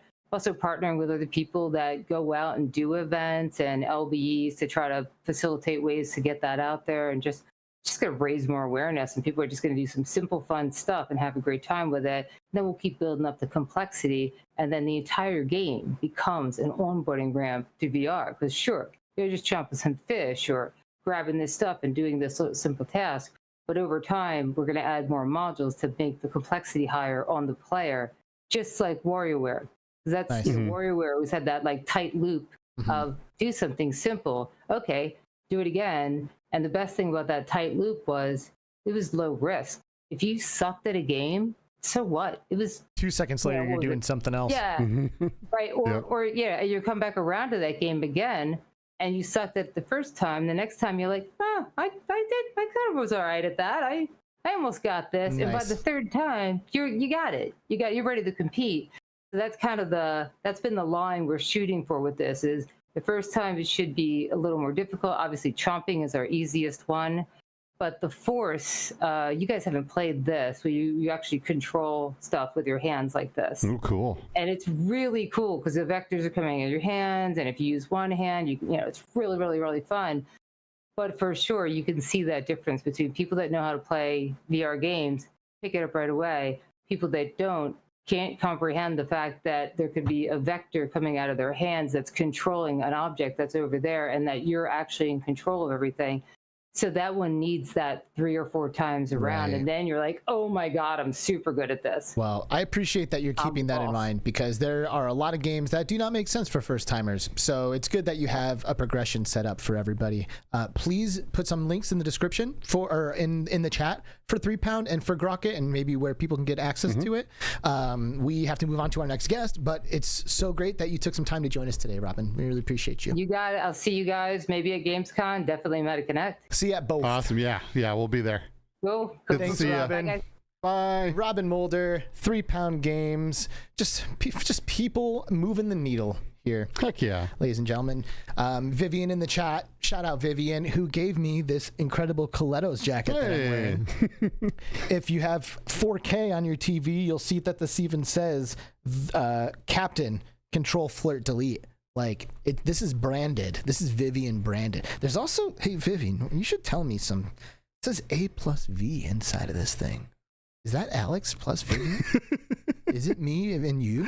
Definitely. 100%. Was your plan all along to give me this jacket? Like, you know, also she put an earring in the pocket. Was that like that thing that girls do where they like leave something like, oh, I left an earring. I guess we got to hang out again soon so I can get that back. What's going on? I always leave my earrings at your place for that exact reason. But this jacket is fire. I am the only male to ever wear a Colettos jacket, and that's never going to change. That's so sick. And it is an that honor. thing is rad. It is an honor. Very cool. It really is. Very cool. All right, moving on. All right, calling our next guest. Calling all guests. Hey, what is happening? Yo, JJ. Yes, sir. Is this JJ? Yep. Who's JJ? It says "Ask Me" on his shirt, so let's ask. JJ, thanks for joining us. I got asked me about virtual reality here. So, nice. Yeah, pretty sick. But just my dad decided to make it. But yeah, I'm basically nothing like special compared to all these other people. Like you guys have amazing. That is not true. Yes. I don't know you well, but I am sure you are plenty special. Thank you. But yeah, no, I love the podcast so far. I just started listening at the beginning of the season, and so yeah, I haven't been around too long, and I haven't even caught a single live episode yet. So this is my first live episode. Whoa, being on is your first live episode? That's crazy. I know. I needed to get more of these, but yeah, the podcasts are just so much easier to get to. But yeah, no, I'm really happy to be here, and live is amazing. So I'll definitely be on some more live ones in the future as well. For sure. Like so cool. Sometimes we'll pre-record episodes, you know, like if like timing doesn't work for our guest, or maybe we're going to be out of town or something, but like the energy of the live show is just, it's palpable, you know, like it's just so much fun to do. And like you got participation in the chat going and all of that, and it's just lovely. And you are also a content creator, is this correct? You create Dungeons of Eternity specifically. Yes. Type of content. Yeah, so I man, I guess I kind of like made videos before getting into VR and like some flat screen stuff, and I haven't been in to VR for very long compared to all of these other amazing people that have been in for 30 plus years, as you're saying. But yeah, I've been in it for about 4 years now, and I kind of just like sank myself into here. Once I got the Quest 3, I ended up just kind of falling in love with Dungeons of Eternity, and for a while I was just like on the verge of not even getting it, that specific game, because there's so many amazing things in VR. It's hard to just limit yourself and like get one particular game. But I ended up getting this game that I would just try out with a friend, and ended up loving it, even though I've never been like a dungeon raider kind of person. And I didn't do like I didn't do like Dungeons and Dragons or anything. But I ended up falling in love with Dungeons of Eternity, and decided that like there weren't really any people making videos about Dungeons of Eternity or in Dungeons of Eternity aside from first impressions on it. And so I was like, hey, why not go ahead and make my own videos? Dude, man, I actually love this. Like, legitimately, I love this, because we talk to YouTubers a lot, and content creators a lot, and so many people are like kind of VR generalists.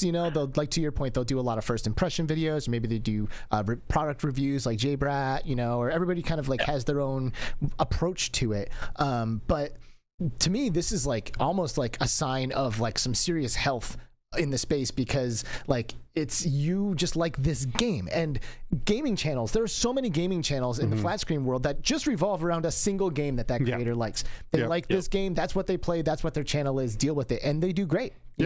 So for you to be like, no, I love Dungeons of Eternity, like it's not even like I'm gonna cover every game, I'm gonna cover all the dungeon, like, no, I like this game and I'm a Dungeons of Eternity channel. Like, I think that's amazing. I think that's great. And what the other thing that I think is really awesome about this is VR consistently brings people in that have been gaming their whole life, and they play certain types of games, and they say, I love first-person shooters, I love horror games, I love whatever, that's my jam. And then they end up playing a game in VR that is completely outside of their realm of what they normally like, and they end up falling in love with these types of games, right? And VR just has this incredible immersion to it that allows people to go in and find these brand new genres and just completely fall in love with them. So I love to hear that. Yeah, totally. And like I was one of those people that like I would only play a competitive game when I was a lot younger. Like I would, and playing PC games, I would only play things like CS:GO and Team Fortress 2 competitively, even though that's not like a generally competitive game. But I played just these competitive games, and Brawlhalla was like a, I guess, Super Smash Bros. Like game. And so I was really in kind of knee deep doing these just playing competitively, and then I almost lost it when I got into VR. Like I don't need that competitive nature, I guess. I do still have it in me, and I still want to like sometimes speed run dungeons and like go for those competitive things. But VR just is so amazing. I can just sit back and look at the amazing surroundings around me, and I've got people that I can talk to with that sense of presence and the whole embodiment thing. Like it's incredible.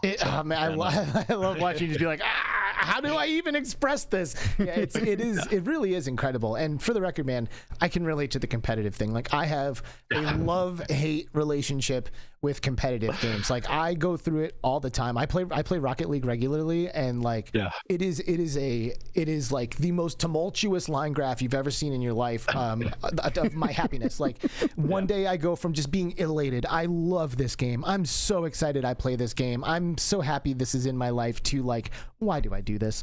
Why do I do this to myself? Like, this is it's the hamster wheel. Like, I'm never gonna feel good, and that's the nature of competitive games. So for you to find an outlet in VR that allows you to just enjoy the experience and kind of remove that pressure from yourself, like, I can almost feel the relief for you. And then after I removed all that pressure, I put some more pressure on by like making a whole channel about it, and it's great. It's fun pressure. There really is no escape, is there? You know, like I've watched my gaming habits change a lot over the years as I've gotten into the space, becoming a creator, then working in the space professionally. It's like I have definitely multiple times over changed my relationship with gaming in the space. Yeah. So I wouldn't expect that to stop anytime soon. Right. Yeah, no, fair enough. But yeah, no, I really appreciate you guys for like doing all with random people. I know you've already met these people for the most part, and maybe not myself, but it's awesome that you do this kind of thing. And I do want to see some more, like, all these people for me are totally new, or for the most part there's a few people I kind of know and hear about, but yeah, for me, like, I'm learning about these people, and I'm going to go out and research a little bit more about them, get to know them a little bit.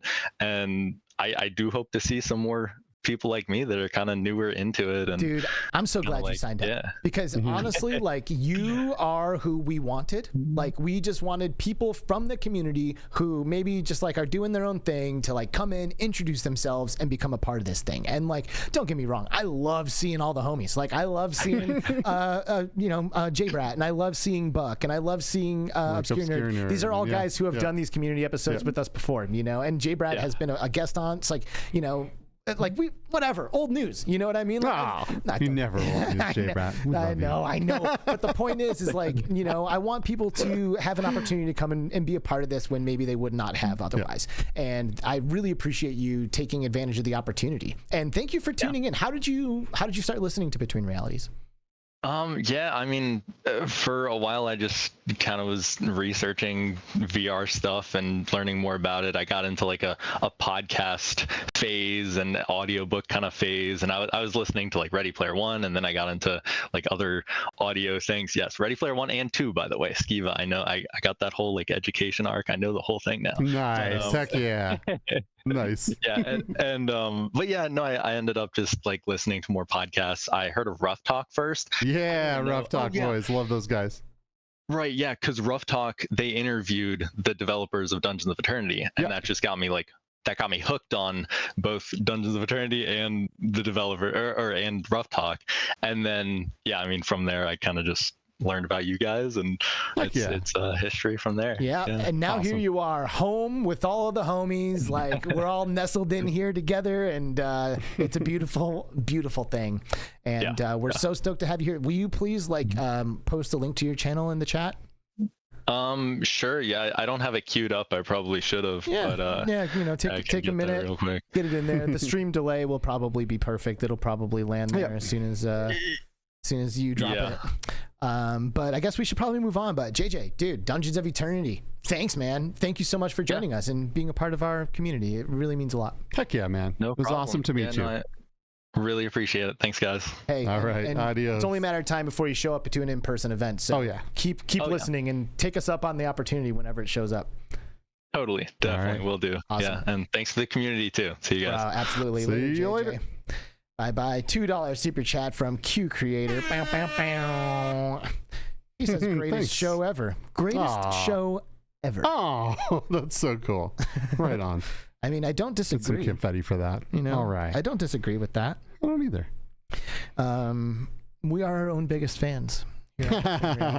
Well, it's funny, right? You make the show that you want to see. It's true. Yeah. When I was on the Howard Live, he was like, yo, man, like, did you ever think, when you started all of this, that like one day you might like win an award for it? I was like, kind of. Kind of. Maybe I did. Oh man, that's pretty funny. All right, I'm gonna get our next guest on here. That's funny, dude. He was like, that's confidence, man. Hey, Arlen! What's happening, Arlen? What's up?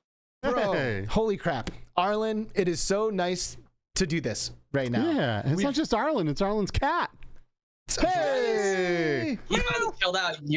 This is like the perfect time that you called in, because just a minute ago he was like going completely crazy and all, the stuff cats do when they want attention, so.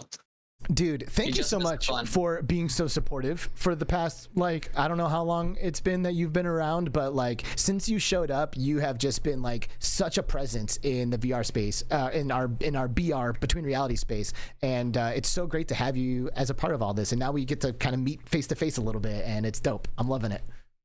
Yeah, absolutely. I'm just some nerdy guy that fell into VR during COVID. My nephew got the original Oculus, the Quest 1 before it was just the Quest.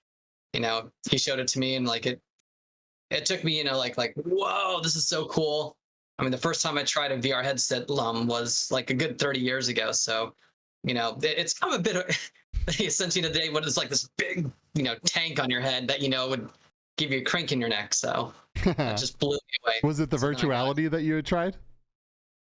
The first time I tried, it was at a here in Columbus, Ohio. We have a science museum called COSI, and they had a traveling exhibit. And that, I was in my early teens at the time, and I'm 45 years old, so I'm an old dude. But just I'm right there with you. Even though I'm god awful, Gen Xers, it blew me away even then. But when I tried my nephews on, during COVID, it was like, oh my god, because I'd want to try a lot of different things. I'd heard about it, but never got into it. So then I got my Quest 2. Now I got Quest 3, and here I am.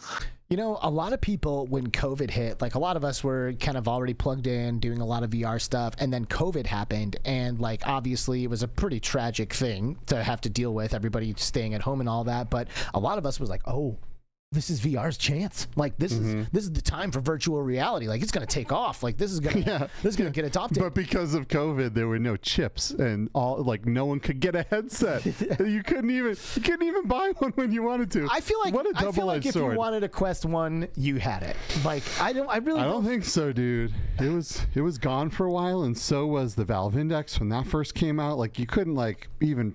Like if you ordered one, it was like months and months and months until you get one. It was crazy. So anyway, this is why I'm bringing this up, because I want to know from Arlen's perspective. Like, do you think COVID had an impact on the adoption of VR, seeing as that's kind of when you jumped in? In my opinion, yes. It's one of those things in life where I do believe in coincidences. I'm not a conspiracy theorist or anything like that. So I mean, it's one of those things in life where just the right things just happen to happen at the right time. I mean, all the stuff that happened with meta buying at the right time. I'm not a historian on VR, but from what I understand from like things like Thrill has had videos about it, it was just the luck of the draw. All the perfect things happened, and it was, like you said, it was the perfect storm, in a positive way. I think it also had a bit of a backlash scenario, because I think some people dropped off. Like all my buddies got a Quest 2, but then they kind of got away from it. I think it kind of also had a little bit of like a stigma that got touched as like psychologically a bit COVID-esque after, things started going, awry, but I think that's kind of correcting. That's just my opinion. Yeah, dude, for the record, I really like the head that you've got on your shoulders, bro. I feel like you bring a lot of really cool perspective to stuff, and you are like very much like tapped into the between realities aspect of these conversations. Like, has there been anything? You want me to trip you out here in a second? What's that? You want me to trip you out here in a second? Yes, I do. Yes, I do. That's kind of what I'm going towards. So I had a conversation. One of the places I hang out is Banter. Side Quest, their place. But not long ago, Amelia showed me, Resonate. She took me around like she did you guys, and showed me all the amazing things it can do. So you can build a world and do all these crazy things inside of it. You can get into the code. She showed me all those really cool things. She showed Earth Witness and all of us. There's just like amazing things. Now put a pin in that idea. I also hang out in RefXR. I can hang out with Gangus sometimes, and all the cool things you can do there. Put a pin in that idea. Completely different ways of going with virtual reality and metaverse concepts, but also to put another pin. What I'm about to in this conversation as well. AI is being used, to help advance the development of software and learning things like game developers using it with things like Unreal Engine. It's learning how to do things with Blender and all those other different things that exist under the hood for gaming. Convolve all those ideas together, project 10, 20 years out. And this is what I talked about with the developer inside of Banter. Could you see a time when we don't have where metaverse platforms evolve into something fundamentally different, where you have you would just go in there and, like, let's say I want to play Skyrim. Like right now, if I wanted to go to Steam, I have to download Skyrim and whatever. imagine with all those things convolved together, with all the things you've seen firsthand, what Resonate can do, evolve that and just say, I want to play Skyrim. And instead of downloading it, the platform generates Skyrim or generates No Man's Sky. That is fundamentally different in very important ways than, downloading a game. And think past that, what it could potentially mean as far as optimization of like software to hardware. Like right now, you have just a generic, software profile that applies to all different kind of things. And then you kind of tweak it as best you can. But imagine, with what I said, applied also to that kind of a generation engine, being able to also then understand the profile of your unique hardware and specifically generate that custom tailored to the nuances of your hardware. And go even further, all the other things that you could do with that. Like even with the idea of just, let's say you needed to have Microsoft Office, you don't have it, but you just say, I want Microsoft Office, and something like that could just generate it. Or what that would mean for just like the evolution of operating systems, would the kind of metaverse generation I'm talking about potentially evolve in with the idea of how we currently have operating systems. So take all that I said, process it for a second. What do you guys think about that? You want to talk? Mine for a second. He's like, geez, I've got to think about that for a second. I'm ready. So I think this is absolutely where we're going. And I think this is probably how my daughter will game in the future. I think there will definitely be a point in time where AI will be able to automatically generate these things, like you said, according to your hardware, according to what it knows you already like because it has a profile on you and things that you really enjoyed in the past. And maybe there'll be a time where this is something that we played, that code doesn't even exist anymore because it was generated on the fly for me and my friends at that very time. We're in a place right now that you can hop into like Claude or ChatGPT and you can say, I want this program, and it will just write it for you. Now we're in the kind of the elementary phase of that, but we're getting to a point where this is happening in gaming too. There's a game engine out there right now that is completely prompt based, and you can draw boxes around things and say, I want you to generate coins and they're worth 50 points, and like it will just make it happen from nothing but prompting. And we're going to get to a point where you'll be able to speak these things into existence. Absolutely 100% this is going to happen. I don't know when. Maybe it'll be when my daughter's my age. Maybe it'll be in 5 years. I have no idea. But I absolutely think this is definitely where the future of XR and games in general and programs and everything is going to go. Yeah, for sure. And the part of this that I always get fixated on, that I'm surprised I didn't hear either one of you guys mention, is when you tie biometrics into that. Yeah. Like the hardware that we're using can know how much fun you're having. It will read your eyeballs and your heart rate and your brain and be like, hey, is he loving this right now? No? Well, let's make sure he does, because we know how his brain works. We know what makes his eyes light up. We know what makes his heart rate increase. So let's give him more of that. And these experiences are going to be procedurally generating things in real time based on how you feel. And that to me is the craziest aspect, because then I don't even need to say, I want Skyrim. It already knows I want Skyrim. It's putting Skyrim ahead of me without me even asking. And that is just... I'm glad you said that. Because Genghis, she's, I think, working on... she got one of those like things that can like do like the neural like kind of scan and like respond to that. And I remember watching she was going to maybe do videos about that. So imagine that, like, with what you're saying and go another step with that, where you like in the game, you can then use your mind to like, if you want to use the Force, like you're actually using the Force the way you emotionally would want to. As kids, we all pretended like we were a Jedi at some point, or a Sith. Just we did. Every automatic door. Yeah. I may or may not still do that. Like if I concentrate on that, can I move it? Come on, let's go. Yeah, totally. Like, I loved Vader Immortal. I'm sure you guys all did, but there were some things that were a bit jank with it as far as like trying to get the Force to work. Yep. Imagine that working with everything we just described, with all those things, convolved together just and seamlessly. We're living in an age where the stuff we grew up watching was science fiction is now, it's here. So real quick, I'm going to say this is exactly how I felt when I played Synapse on the PSVR 2. That was almost perfect. Like I was thinking to myself, if this were a Star Wars game, this would be the biggest thing ever, because it's just like you look at something and you start to pull that trigger and you have control of it, and you're levitating things and you're throwing them around and you're catching things midair, because like it is the most magical experience for like feeling like you have the Force. So if you haven't played Synapse, legit, this is like your dream come true right here. It's really good. And Arlen, I want to ask you one more question, and it's a quick response before we move on. VR treadmills, yay or nay? Oh, absolutely. For the right games, but for the right games, 100%. There you go. Arlen gives it the seal of approval. Dude, thank you so much for joining. We could do this a long time. We're going to pick this up again in the future. Thank you for being a part of our community. Thank you for joining the episode, and see you in Discord. This is rad, dude. Adios. Yeah. So yeah. All right. How we doing here? Let me double check. Let me check in. Oh, we're doing all right. Okay, let's see. All right, you're gonna like this next guest. And I'm bringing them up right now. This is fun. Yeah, it's like speed dating, but the podcast version. Somebody else said that too. Really? Yeah. Hey, what's our hard out? What's our hard out? Like 4:30, I think. Okay, then we're good. Yo, what's happening? It's Assassin 32. Heck yeah. What's shaking, guys?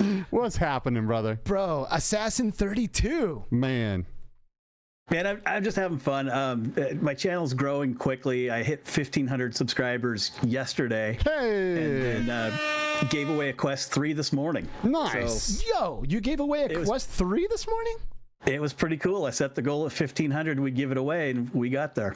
Dang. Nice. I should have entered. Actually, epic. Thanks to Skiva, we got there because he subscribed to me 3 times.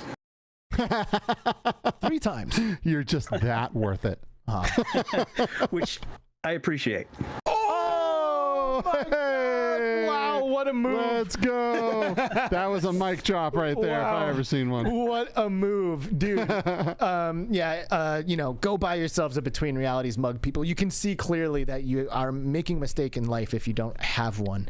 Oh, absolutely. And absolutely. You're a man with the head on his shoulders for sure. Hey, thanks for quitting this emotional roller coaster that you were putting me through for a handful of episodes there, where you make me feel like my mic is live while we're like doing the intro of the show. Yeah. So that actually started very honestly. I was just really excited for the show, and on your intro, I heard your voice, and I just commented, "I hear Alex." And then I'm like thinking to myself, people can hear the conversation that we're having like before we went live, and then a whole complex was developed, and that's hilarious. It got bigger and bigger, and it became me saying things like, "Good point, Skiva," before the show started, just to see if I could catch it. Dude, 1,500 subs, bro. 1,500. Congratulations, man. That's Thank you, pretty sir. Exciting. It's a little bit of a grind, but it's fun, and I'm learning so much and having such a great time. It definitely is a grind. We can relate to that. Growth is slow for us niche within niche folks, but that's not why we do it, right? Mm-hmm. No, not at all. And actually, I wanted to tell a couple of quick stories. It's about meeting each of you, right? Oh, sweet. And Alex actually told the story on the podcast months ago, but I actually met Alex for the first time at a private event in Vegas for CES.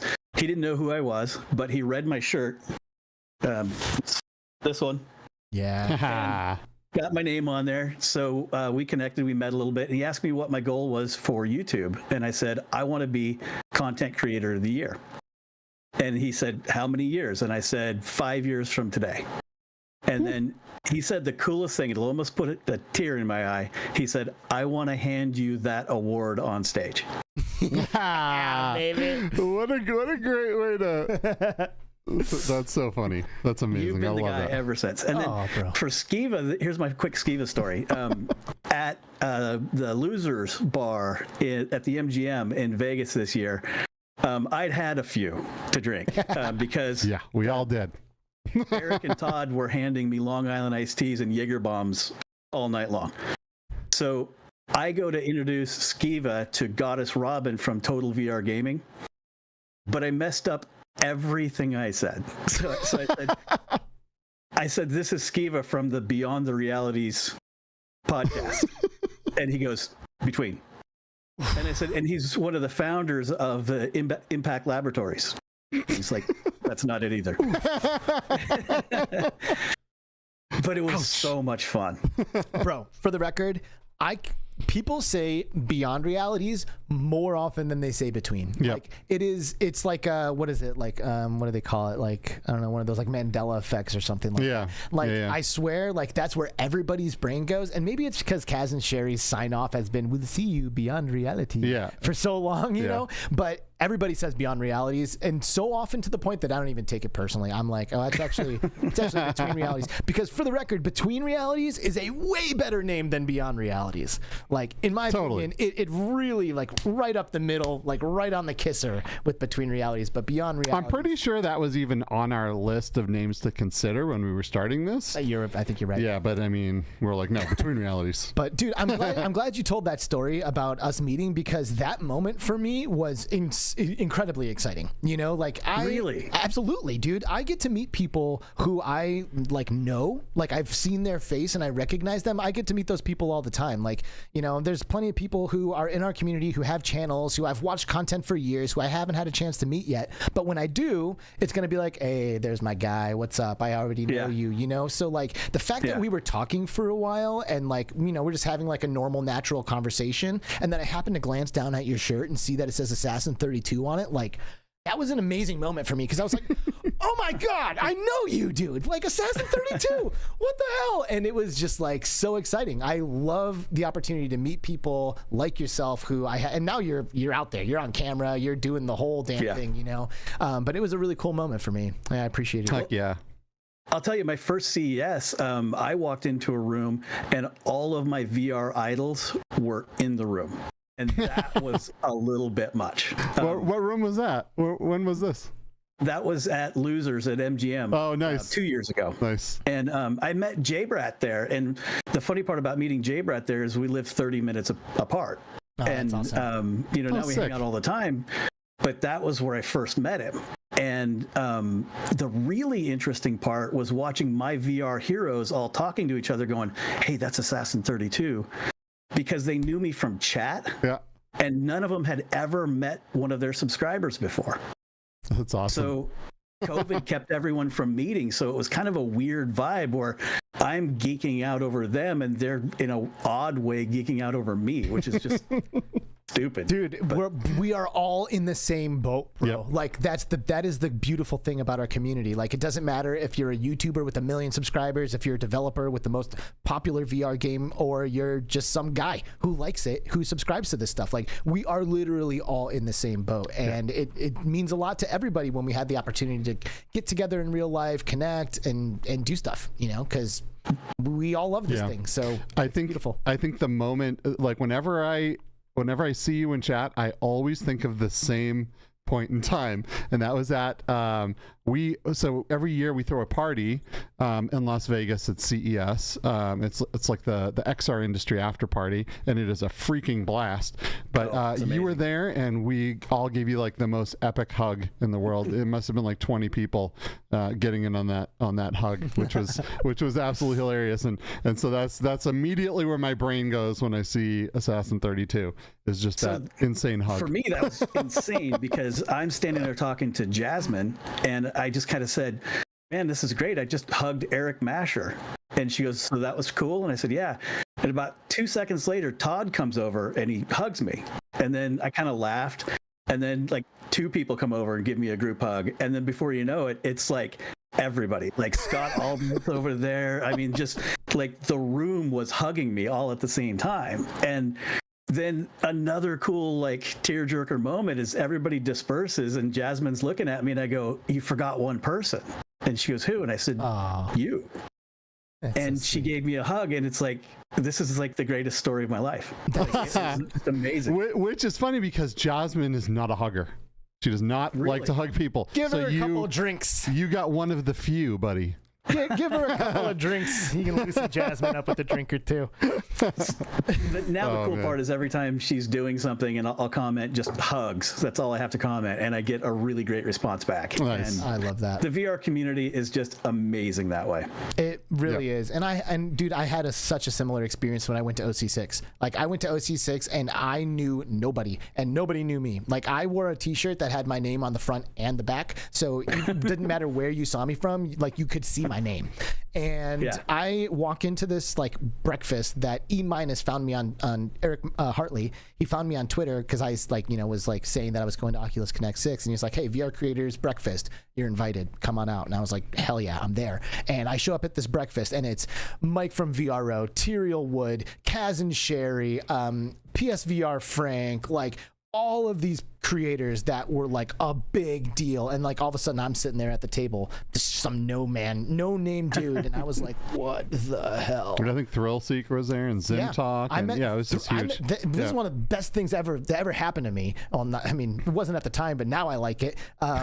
Some kid came up to me and he was like, hey, Alex VR. I'm like, yeah, what's good? He's like, dude, I've watched your content, it's really awesome, like I love how you keep it real, you're super authentic, and I appreciate that. I'm like, hell yeah, thank you. Who are you? And he's like, oh, I have a channel, it's called Thrill Seeker, maybe you've seen it. And I was like, nope. And we just became homies, and we hung, and this was like when he had like 20,000 subs at the time, so we just became homies. We hung out for the week or whatever, and then over the next 6 months I watched this kid's channel just absolutely skyrocket. Yeah, and I didn't know who he was, and he recognized me and introduced himself to me, which I was like, now I'm like, wow, that was pretty cool. Thrill Seeker said hi to me. It's funny you mentioned Thrill Seeker, because I actually told someone one of my goals at CES was to see Thrill Seeker without his mask on. And at a party, someone comes over and taps me on the shoulder and said, Thrill Seeker's over there without his mask on. And I was like, okay, I got to go do it. So I headed his direction, and I realized I don't know what he looks like. Yeah. That's beautiful. And I'm thinking about it. I'm like, wait a minute. He paints his nails. And I look at a guy that might be him, and I see the paint, and I walk over and got to talk to him for a few minutes. And again, a big thrill, like, for just some VR nerd that got into this a couple of years ago. How did this happen where I've got to meet all of my heroes? Well, dude, I love that. That That's is so beautiful. Cool. And right here, people, like, if you're out there being like, oh man, that sounds dope, I wish that was me doing that. Like, yeah, it could be. Just come hang out. Come hang out. Yep. So my first CES, I volunteered to work at the Kiwi Design booth at CES just to get into the industry and have a chance at meeting people. Like, that was how I started. It worked. There you go. I met you there at that booth. Yes, you did. I got a story on that too, but I won't tell it. Yeah, because we have to move on. But Assassin 32, bro, so much fun. Heck yeah. We'll see you very, very soon. Don't be a stranger. You're awesome. Awesome. I'll be around. Later, Thanks, dude. guys. See you soon. Bye-bye. See ya. Oh, yeah, baby. Oh, good times, man. This is like just hanging out with all of these friends. It's the best. I remember why we do this. Speaking of friends. You have more friends? Here's another one. Oh, there he is. Holy cow. Here's my dude. Let's fucking go. What's up, guys? Fucking go, bro. It's J-Bar.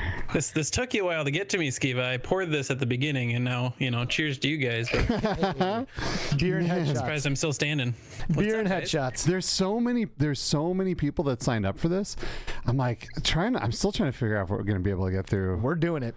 It's been amazing. This has been so fun watching everybody chatting you guys up. This is a real wholesome experience. So let's try to ruin that for this. Dude.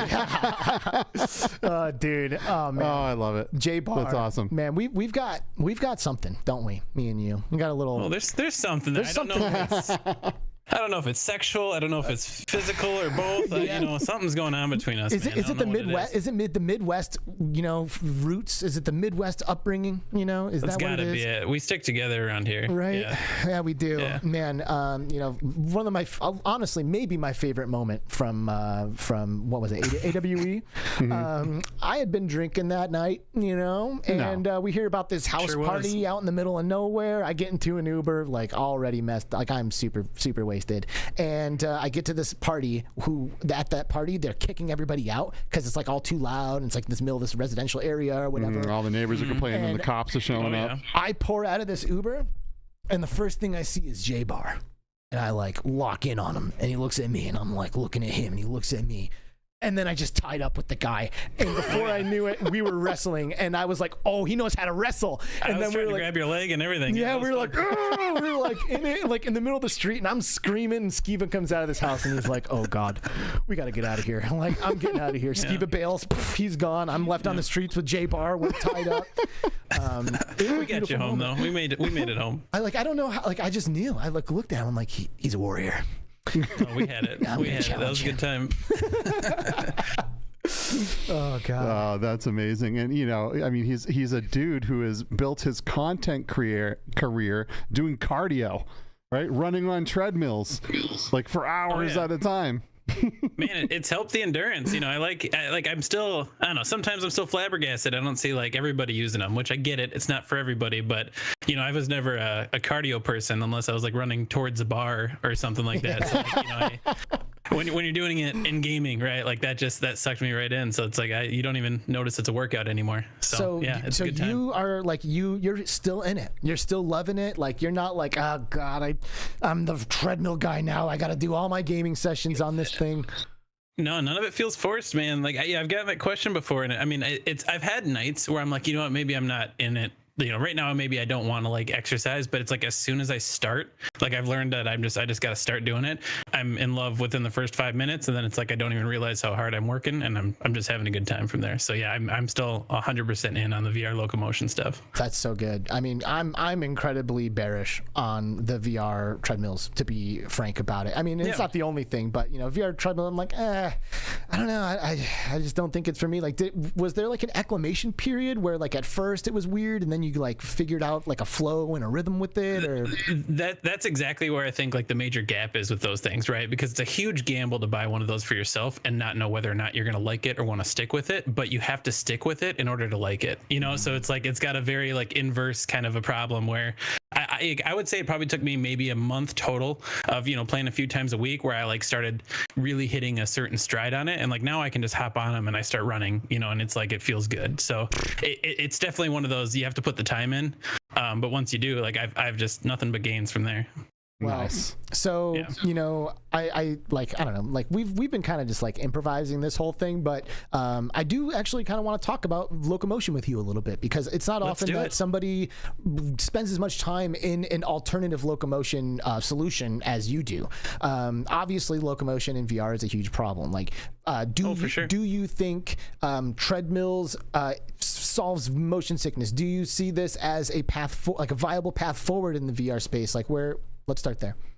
Yeah. So, well, the motion sickness thing, I have never experienced motion sickness in my life. I'm one of those lucky people. It's just never affected me. I just, I guess built different. I guess I'll say you're definitely built different, bro.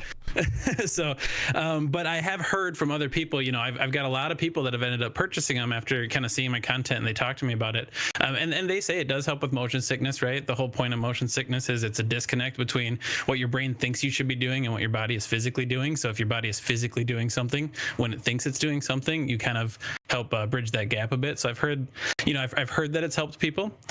And shut up, Jay Brad. He's saying treadmill's just a slippery bowl. It's more than that. It's more than that. But yeah, so I do think that there's a big future in it. It may not look exactly like the VR treadmills we're working with now, but I think this is an awesome start. Like the fact that we're getting consumer VR treadmills for like $1,000, I think is a pretty big leap forward. And I now have the Omni One from Virtuix, which they're starting to build up their game library. So that's been pretty cool. And the newest one, and this is where I think things could evolve to, Alex, is the free aim shoes. So you guys have seen those, when we were at AWE. I actually found out when I was at AWE so it's their CTO guy, Alex. He's like their head software developer and helped start it. I live like 3 hours away from him. Oh, no way. I just went to his house last weekend. We did a private demo. And just talking with him, you can kind of tell a lot about how something's going to go based off the people that are behind it. You know what I mean? And kind of what they're into. And these guys are gamers through and through. So they're hoping to have the free aim shoes available for people to order sometime next year. So they're almost ready already. And they have, it works with Steam VR already, all that kind of stuff.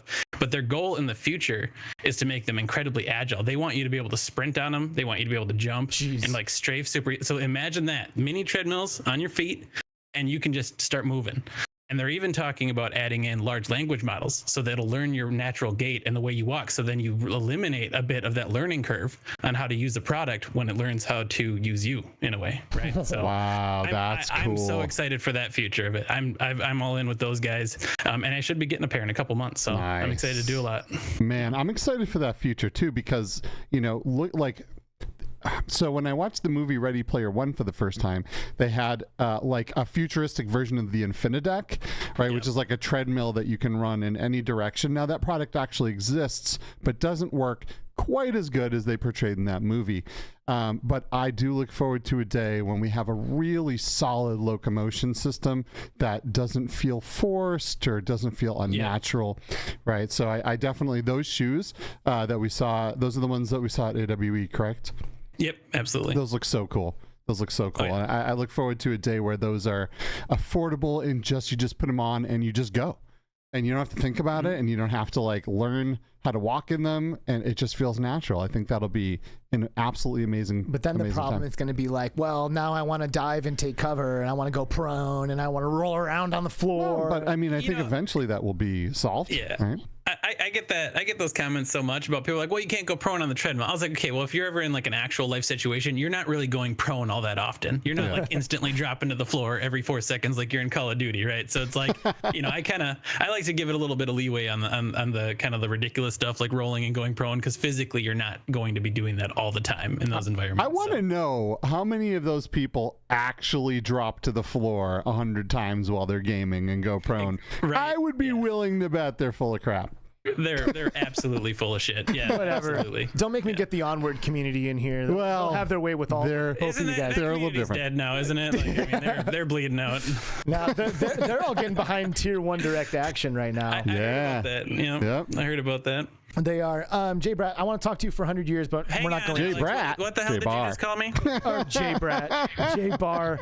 Whatever. The next fight's going to be real, buddy. Oh, man. Okay. I will I'm train. so sick of being confused for J Brat. J Brat, you need to change your name. A lot of times, by the way. That happens a lot. I'm just going to pray you call my podcast Beyond Realities one of these days. Just so that way we can even things out. We'll get creative with it. All right, man. Well, I can't wait to face off against you soon. When? MetaConnect? Yes? No? Yes? I don't know if I'll be doing that. Okay. When is MetaConnect now? September 25th. I'm getting married in September. Oh, wow. So, congrats. Thanks, guys. I'm kind of coasting until then. You know, like I do this kind of as a hobby. It's not my main thing. So I'm kind of coasting till then. Then I think I'm going to really put the burners on after the wedding. You know, and then she's like it's more legally complicated for her to leave me when I'm buying all this expensive VR shit at that point. You are a smart man. I might as well just really start it up after that, I think, and put some more out there. That's a good idea. J Bar, bro. Yeah. Thanks so much, man. You're the real deal. Let's talk to you soon. Okay. Don't be a stranger. Yeah, absolutely. I love you guys. Love everyone here. You too, brother. Congrats on everything and looking forward to the future here. Yeah, can't wait to see you, man. Later, have a good one. Cheers, guys. Bye now. Oh gosh, the vibes are just too good. So good. I don't want to end any of these conversations, frankly. I know, you just want to keep going. These next few are going to be shorter if you're not lying about your 4:30. Yeah, I know for real. All right, let's dive into this. Let's see. Here is our next guest. If he picks up the phone, let's see. Phone.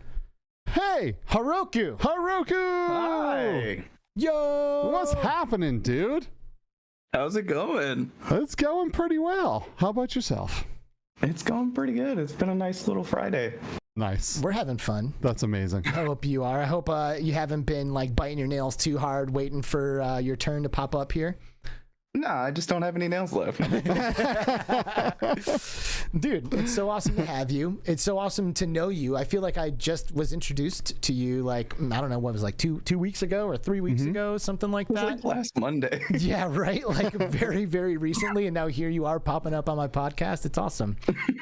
Yeah, too cool, man. So Heroku works over at Impact Reality part-time with me and Alex. And Heroku does a lot of stuff with Impact Labs and helps us there. So it's been totally awesome getting to know you.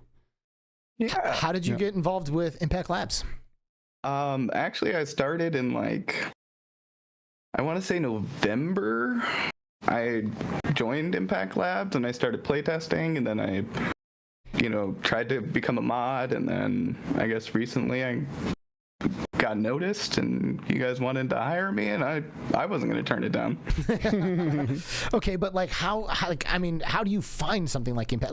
First of all, what is Impact Labs? And second of all, how did you find that? So Impact Labs is a VR playtesting group. We playtest a lot of games than beta or sometimes even earlier. Some of them aren't the greatest of games, some of them are, but we're here to make it work and make it like a good game for when it gets released. I think I was actually on Jay Brad's video. Oh, really? I think I actually found the link on one of his videos. Oh, that's how I ended up coming. So I'm assuming you were already a VR gamer then. Have you been connected to VR for long? Like, when did you start playing VR games?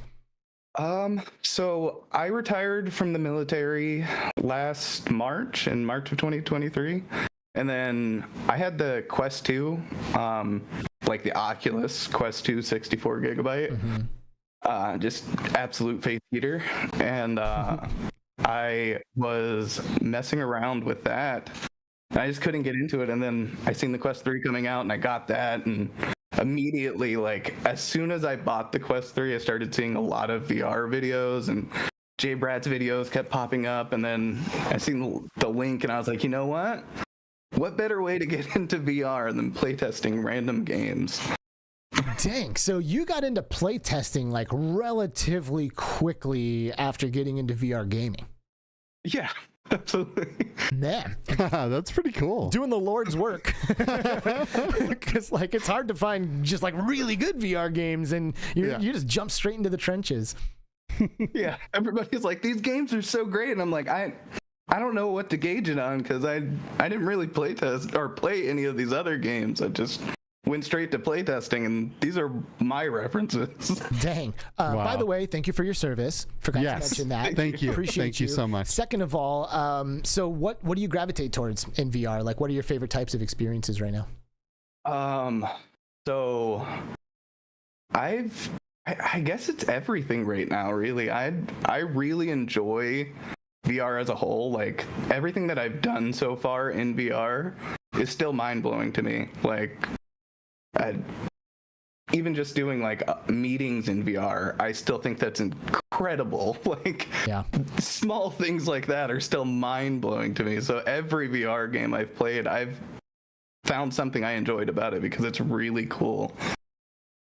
That's great. Yeah, you know, that was me for like the first year. And after a while, I was like, okay, nah. Like, this thing's not worth my time, or that thing's not worth my time. But I bought like 150 PlayStation VR games when I first got my PlayStation VR. And it took me a little while to realize that they're not all good. That's so funny, man. I did the exact same thing. I was like, man, it's not as much gaming as it is like going and experiencing different places and different things. I want to see all of this stuff. And the PlayStation VR especially definitely had a lot of shovelware.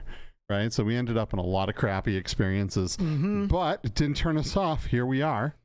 And now you're involved. I've never played that one. Yeah, right. Well, so now you're involved with Impact, which is awesome. Yeah. Like, I can speak from experience. That's a pretty awesome thing to be involved in. Like, do you feel like this is like kind of your thing now? Like, are you like really settling into this whole VR community, VR technology and gaming, you know, or are you like, is there still like other paths that you think you might take? VR is definitely where I want to go. Like, I'm in your guys' meetings.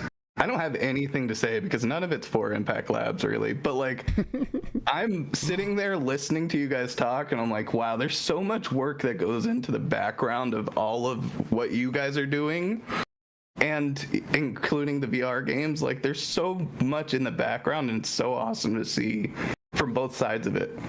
Hell yeah. From playing these games or playing inside of these experiences, like, to just seeing the background of it. It's really incredible.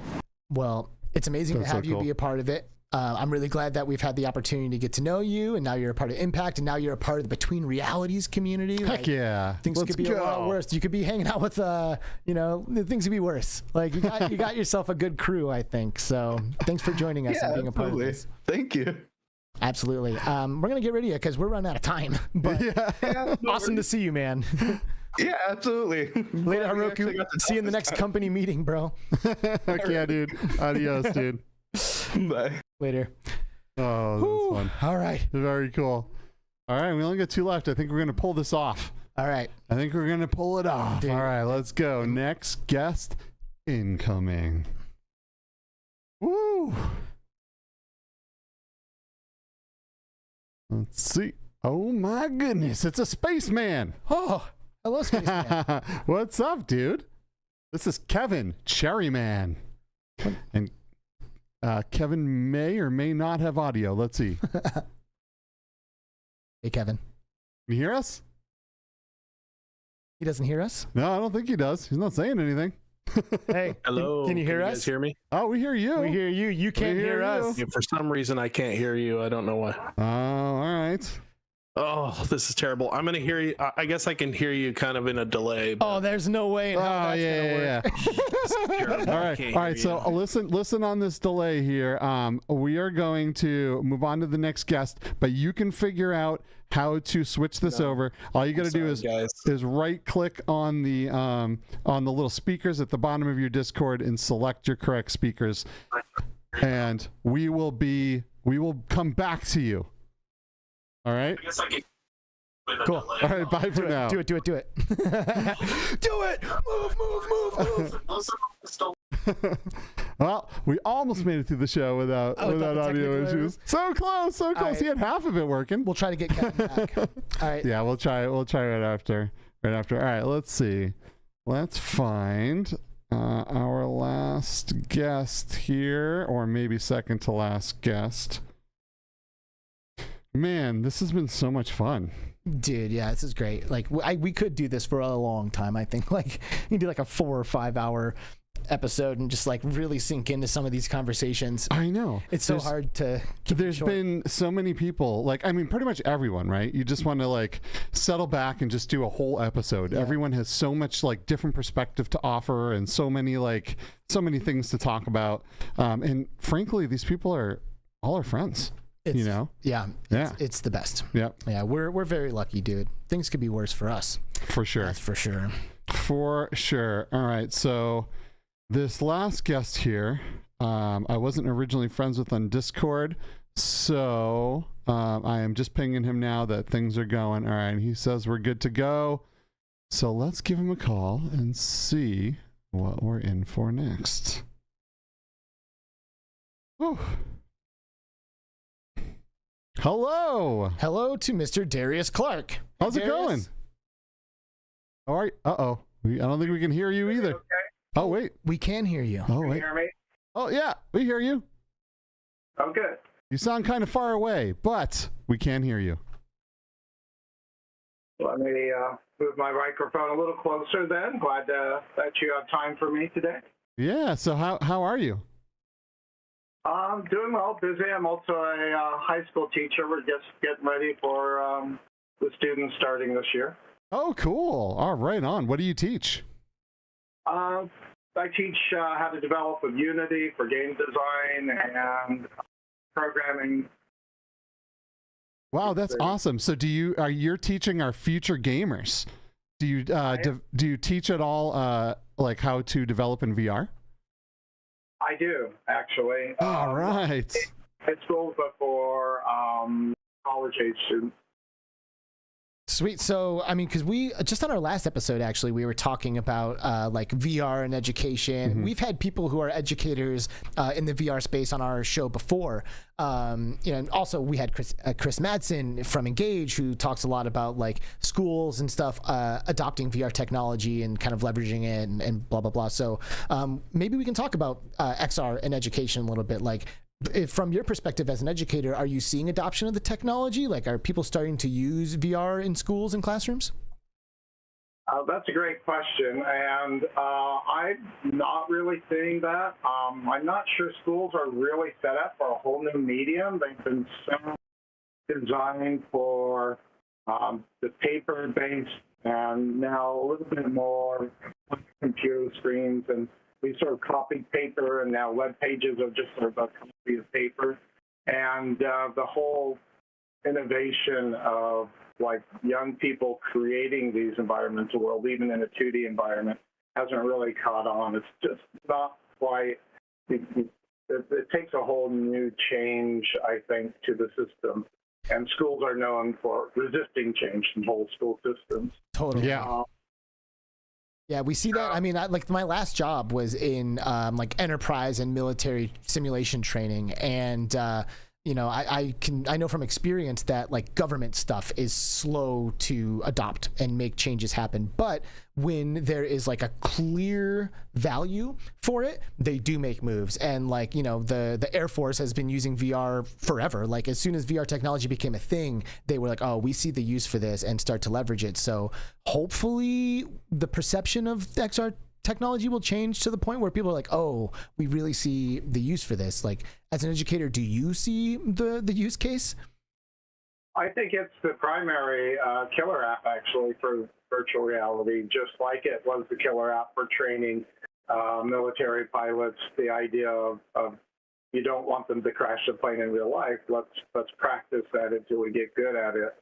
And that's kind of been lost. Schools have been sort of leaning toward punishing any sort of failure or mistakes, whereas we kind of need to lean more the other way of getting them to fail quickly and often so they learn the consequences. They learn why they're doing what they're doing and why they shouldn't do what they shouldn't be doing. And so that practicing and rehearsal kind of been lost. And I hope we can bring it back with virtual reality in that way. In fact, I was at a Serious Play conference I was helping conduct, and I had several military people saying, "Oh, we need to learn about VR." I said, "Didn't military start?" Like, yeah, our department, that department. So I see what you mean about it. Fits and starts as things started. Mm-hmm. So I'm curious, Darius, because this is our first time meeting you. What inspired you to sign up and come and be a part of our episode today? Oh, for sure. Well, based on my experience as a corporate developer, based on my experience of being an educator and trying to find the gaps and what society is looking for and needed, I've started an after-school virtual reality learning arcade. And I thought I'd bounce the idea off you if you have any insights and off your audience as well. So rather than, VR arcades, we always think of being there for fun. But to me, like I say, schools you just can't plop a holodeck into a school. It's just the personnel, the way they're structured, the way timing works, the way that the buildings are designed. There's no place for a holodeck. Even the classroom is like shoehorning in, but why can't we take and meet the students where they can congregate in the shopping mall and say, okay, well, you could go on an adventure and kill skeletons and learn how to save the world from zombies. I think we're pretty expert at that by now. We probably don't need any more TV series or movies about zombies. How about geopolitical distribution streams that bring us all our lovely things we love, and what are the threats to that? Can we make that visual and make that into a world we can play in? And so I'm creating like Disney dark rides in the eggs for riding through the land. Instead of it's a small world, it's the world of psychology or it's the world of economics. Why can't we take them to these places? We try and get them into a very abstract world that our world is very abstract. And they're very visual and very tangible young people. Why can't we make this abstract world more tangible? It's a very novel idea, and I love where your head's at. But I am a gamer. Always have been my whole life, and even as a young kid, it was pretty easy for me to sniff out those educational video games.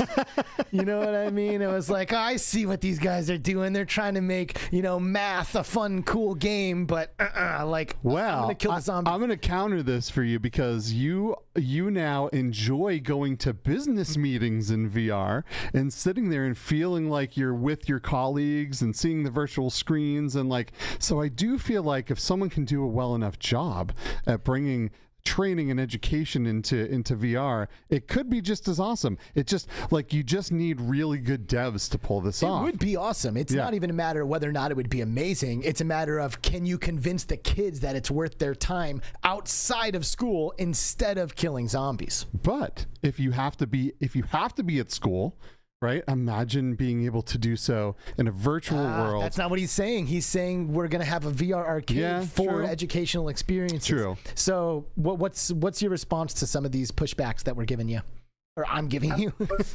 You're pushing back, and I thought of these myself.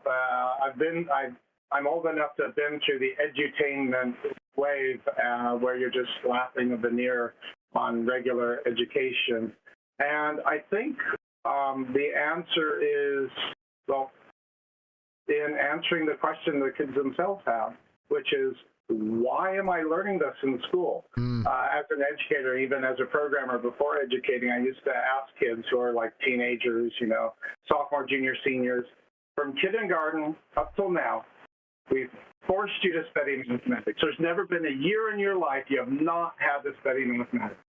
We didn't ask your permission. This time you'll never get back again in your life. Why did we do this?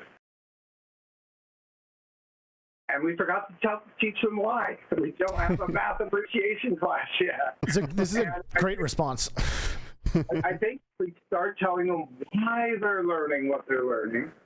And I kind of know why schools don't, but I think the value, it's not slapping a veneer fun on some, but actually saying, in a world of electricity, that could be very valuable. Do you care about electricity? When was the last time you partied with an electrician and say, oh, that's a cool career, I can do that? And yet their work is everywhere around you right now. Yep. And we're taking because of their hard work they did. And what if we took them to a world where electricity is visible, or where we're blind in that world? They can see volts and amps and the inhabitants of this world, but we're blind there. We have to use our little equipment to be our handicap or handicap. Figure out these volts and amps, because they are valuable skills. These are valuable things we need, and we need them. They are valuable young people too, and they can earn prestige, they can earn money. We need electricians desperately in our society, and why can't we just tell them that and show them that and have them play it? That was an amazing response. Yep. I am very happy that we have you in our VR space and are working on this, because I can tell that your perspective is exactly where it needs to be for some of this stuff to get adopted. So this is awesome. Will you please share a link in our chat to where we can follow you or the work that you're doing with this? I'll be happy to do that. Thanks for your interest and your validation. Dude, absolutely. Sharing this and to get and hit us up in the future when you've got more to share, because this is very interesting, and maybe we can do an episode about education or something in the future. Happy to do that. Thanks for having me on. Dude. Appreciate all the hard work you do. Oh, likewise. Thank Pleasure you. to meet you. Adios. See you next time. Bye-bye. Oh, this is great. I did not see that coming. Yeah, that was cool. Really good. All right, man. How you doing? You want to do this? You want to? Yeah, let's try for this very last one. All right. And then we'll call it. All right. All right. Let's do it. Is it Kevin? Hey. It is Kevin. All right. Here we go. What's up, Kevin? What's up, man? Hey, I'm doing good. Sorry about that, guys. I've been practicing all morning to get this right, and then I finally get on, and it just goes to hell. Happens to the best of us. Happens to the best of us. It does. I can't even tell you how many insane technical issues that we've had on this show, especially at the beginning. We've come a long way with episodes that we've had to throw away in the trash. We've done that. Yeah. Well, I'm fairly new to this podcast, sorry to say, but I do listen. I have been part of Virtual Strangers and a whole bunch of other ones, and I've seen them go through some really serious growing pains. So yeah, I guess I shouldn't feel too bad. Nah. But, I was the only one. You were the only. Everybody else had their shit together, and unfortunately,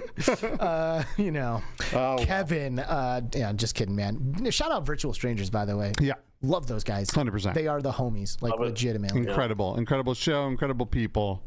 Just love it.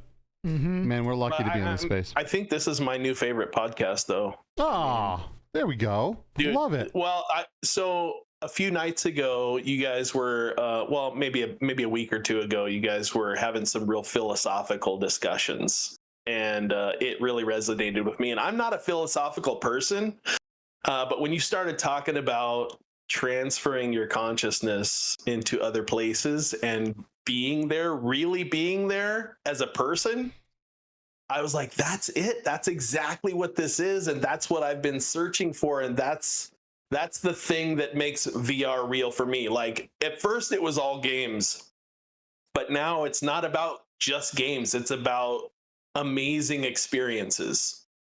It's about, and anybody I can bring into it with me is hallelujah, like my favorite thing. In fact, right in the other room, I have a friend over right now trying VR for the first time. I put him in GT7. He got sick, so now he's in Red Matter experiencing Matter 2, experiencing that. Nice. Very cool, dude. That's so awesome, and I love that is like what you like really took away from watching the episode, like, because that for me is at the heart of all of this. You know, like, if we could have that conversation every single episode, I would. Like 100%, because I really think that the more people we can get to kind of come to this realization, the faster we're going to manifest the reality that we actually all want to be in. You know what I mean? Like, it's like a tool for manifesting reality. It's like getting your it was brain used to exciting. I couldn't even sleep that night. It just had my brain so worked up on all the things that VR is, man. I love that. Heck yeah. And Skiva told me that you guys ran around in Resonate. Yeah, so again, a few days ago, you guys did your last podcast, actually, where you were talking about Resonate. And towards the end, Skiva was like, hey, if anybody, wants a tour, hit me up. And I was like, okay, I'm going to hit him up, because I've been in there 2 or 3 times. And yeah, it was pretty, but I was alone, and I just walked around the little home thing, and I checked out a couple worlds, and it really wasn't anything special, nothing to make me want to go back. And so I spent like 4 hours almost with Skiva. And close to 5, I think. Yep. It was like he strapped me to a rocket and shot me up into a mortar of like fireworks, dude. And I was just like, oh my God, what is this place? Man. So now, Resonate is now my new favorite place to go. And I've taken people in there for the first time and kind of shown them around the same way Skiva did for me. So, I mean, it's amazing. One of us.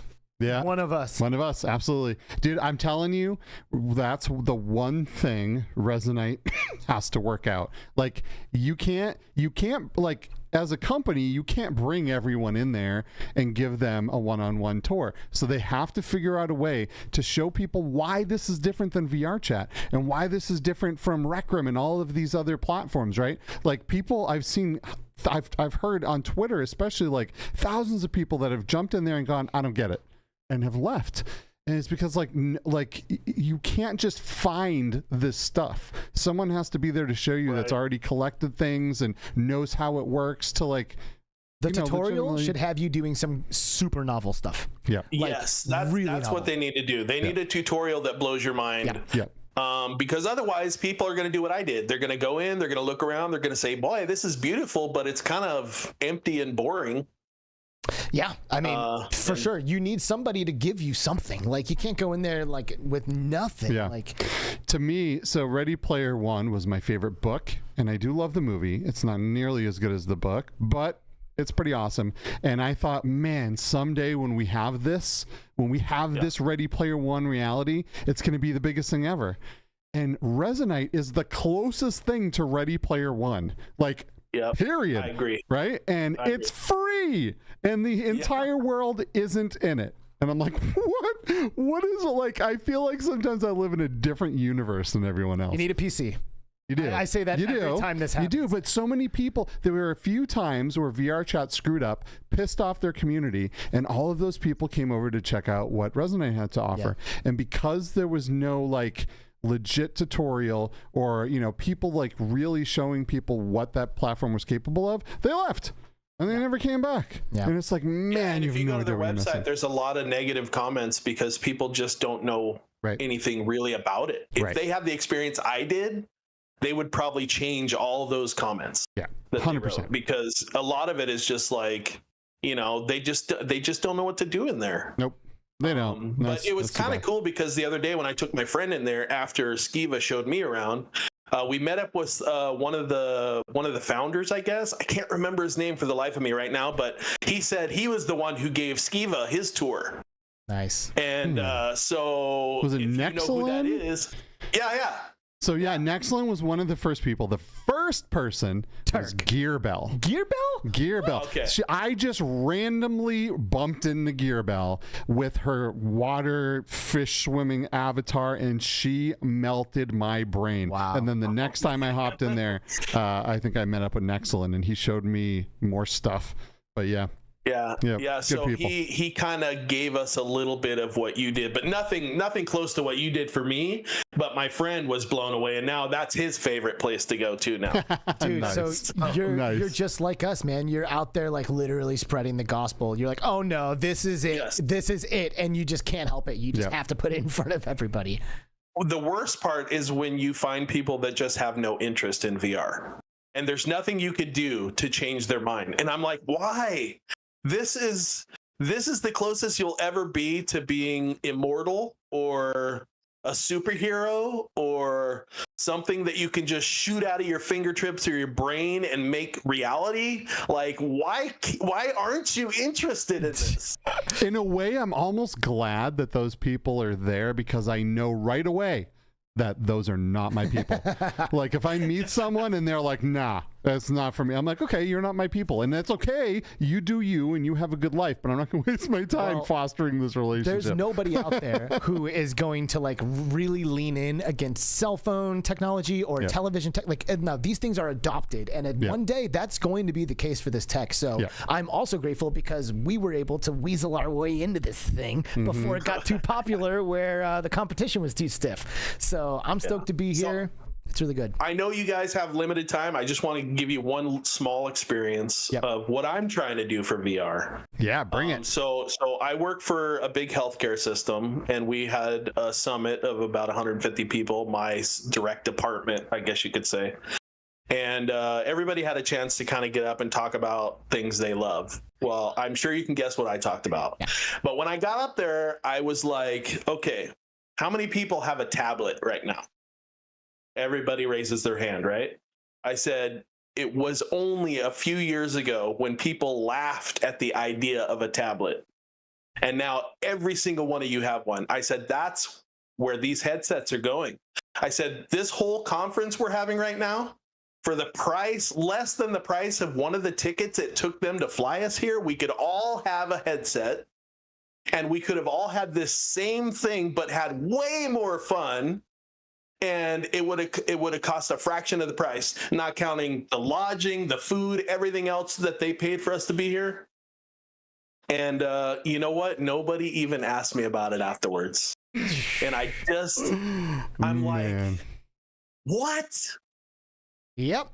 Well, we've all been there. And again, let's just count yourself lucky that you happen to be intelligent enough to figure this out ahead of time, because now you can get in somewhere. For sure. And congratulations on being the smartest person in that room. Well, I've never been called the smartest person in the room before, but I'm definitely the most forward-thinking one, I'll tell you that. There you go. Sweet. Well, Kevin, Cherryman, as you also go by, this was a great one to wrap this thing up with, man. We are super happy to have you in our space. Do not be a stranger. Let's hang out in VR. I want to pick your brain a little bit more, because I think we could have some good conversations. Yeah. Rez and I will meet up. Let's do it. All right, Kev. Yeah. Thanks, bro. Right, guys, take care. We'll see you later. Woo-wee. That's it, baby. We did it. Season 8 of Between Realities has come to an end. There it is, in the books. people. In the books. In the books. We want to thank you all for being here with us for this entire journey that we've been on, but specifically Season 8. It has been an awesome season, amazing guests. This community episode is the perfect cherry on the top to end it all. We're not going to have time to go through everybody in chat, and we didn't at the beginning, and we're not going to at the end, unfortunately, but I hope you all know just how much we really appreciate you being here, being a part of our community, sharing our passion with us, and giving us a platform to do this thing that we really love, because I'm not exactly ready for this season to end, because I'm having so much fun every Friday. It's like so easy for me to make the trip over here to do this because I love it so much, but it really does make sense for us to take a step back from time to time, and that's what we're about to do. Yeah, for sure. I don't know when we'll be back. Probably September-y? No. October-y? October.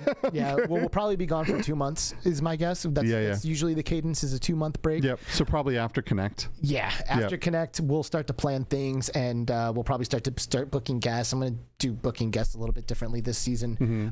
But yeah, you give us time to set things up, make some improvements to the show, buy Skiva a lens for his camera. Yeah, that's true. We're just going on here, though. I know, dude. You got no, but you know what? I want to say real quick that if the wonderful people out there that are listening and watching this have people that you want to see on here, if there's someone that has done something in VR or the XR space, or you know, someone that you enjoy watching or their content, please let us know. Pop into our Discord, shoot me a DM, whatever you want to do, because I want to know who you guys are like itching to see, and we will go out and drag those people in. We will. Yep. Thank you again to Resolution Games and Racket Club for sponsoring this episode of ours. We love that studio. We didn't even have to shout them out again, but I wanted to because they are amazing. 40% off code in the description. Use 40% off for an amazing game. Use that. And it's limited time, so don't waste your time. Don't drag your feet. Use that code. And I think that's it. Thank you all again so much. This has been amazing. Well, if you're going to Gamescom, we'll see you there. If you're going to MetaConnect, we will see you there. Join our Discord. Don't be a stranger. Stay in touch with us. And we will see you guys in a couple months when Between Realities returns. Heck yeah. Is that it? I think that's it. That's it. All right. Skiva's going to go be a good dad because he's a good dad. Damn it. And we love you all. Have a good one. See you soon. Love you all. Bye-bye.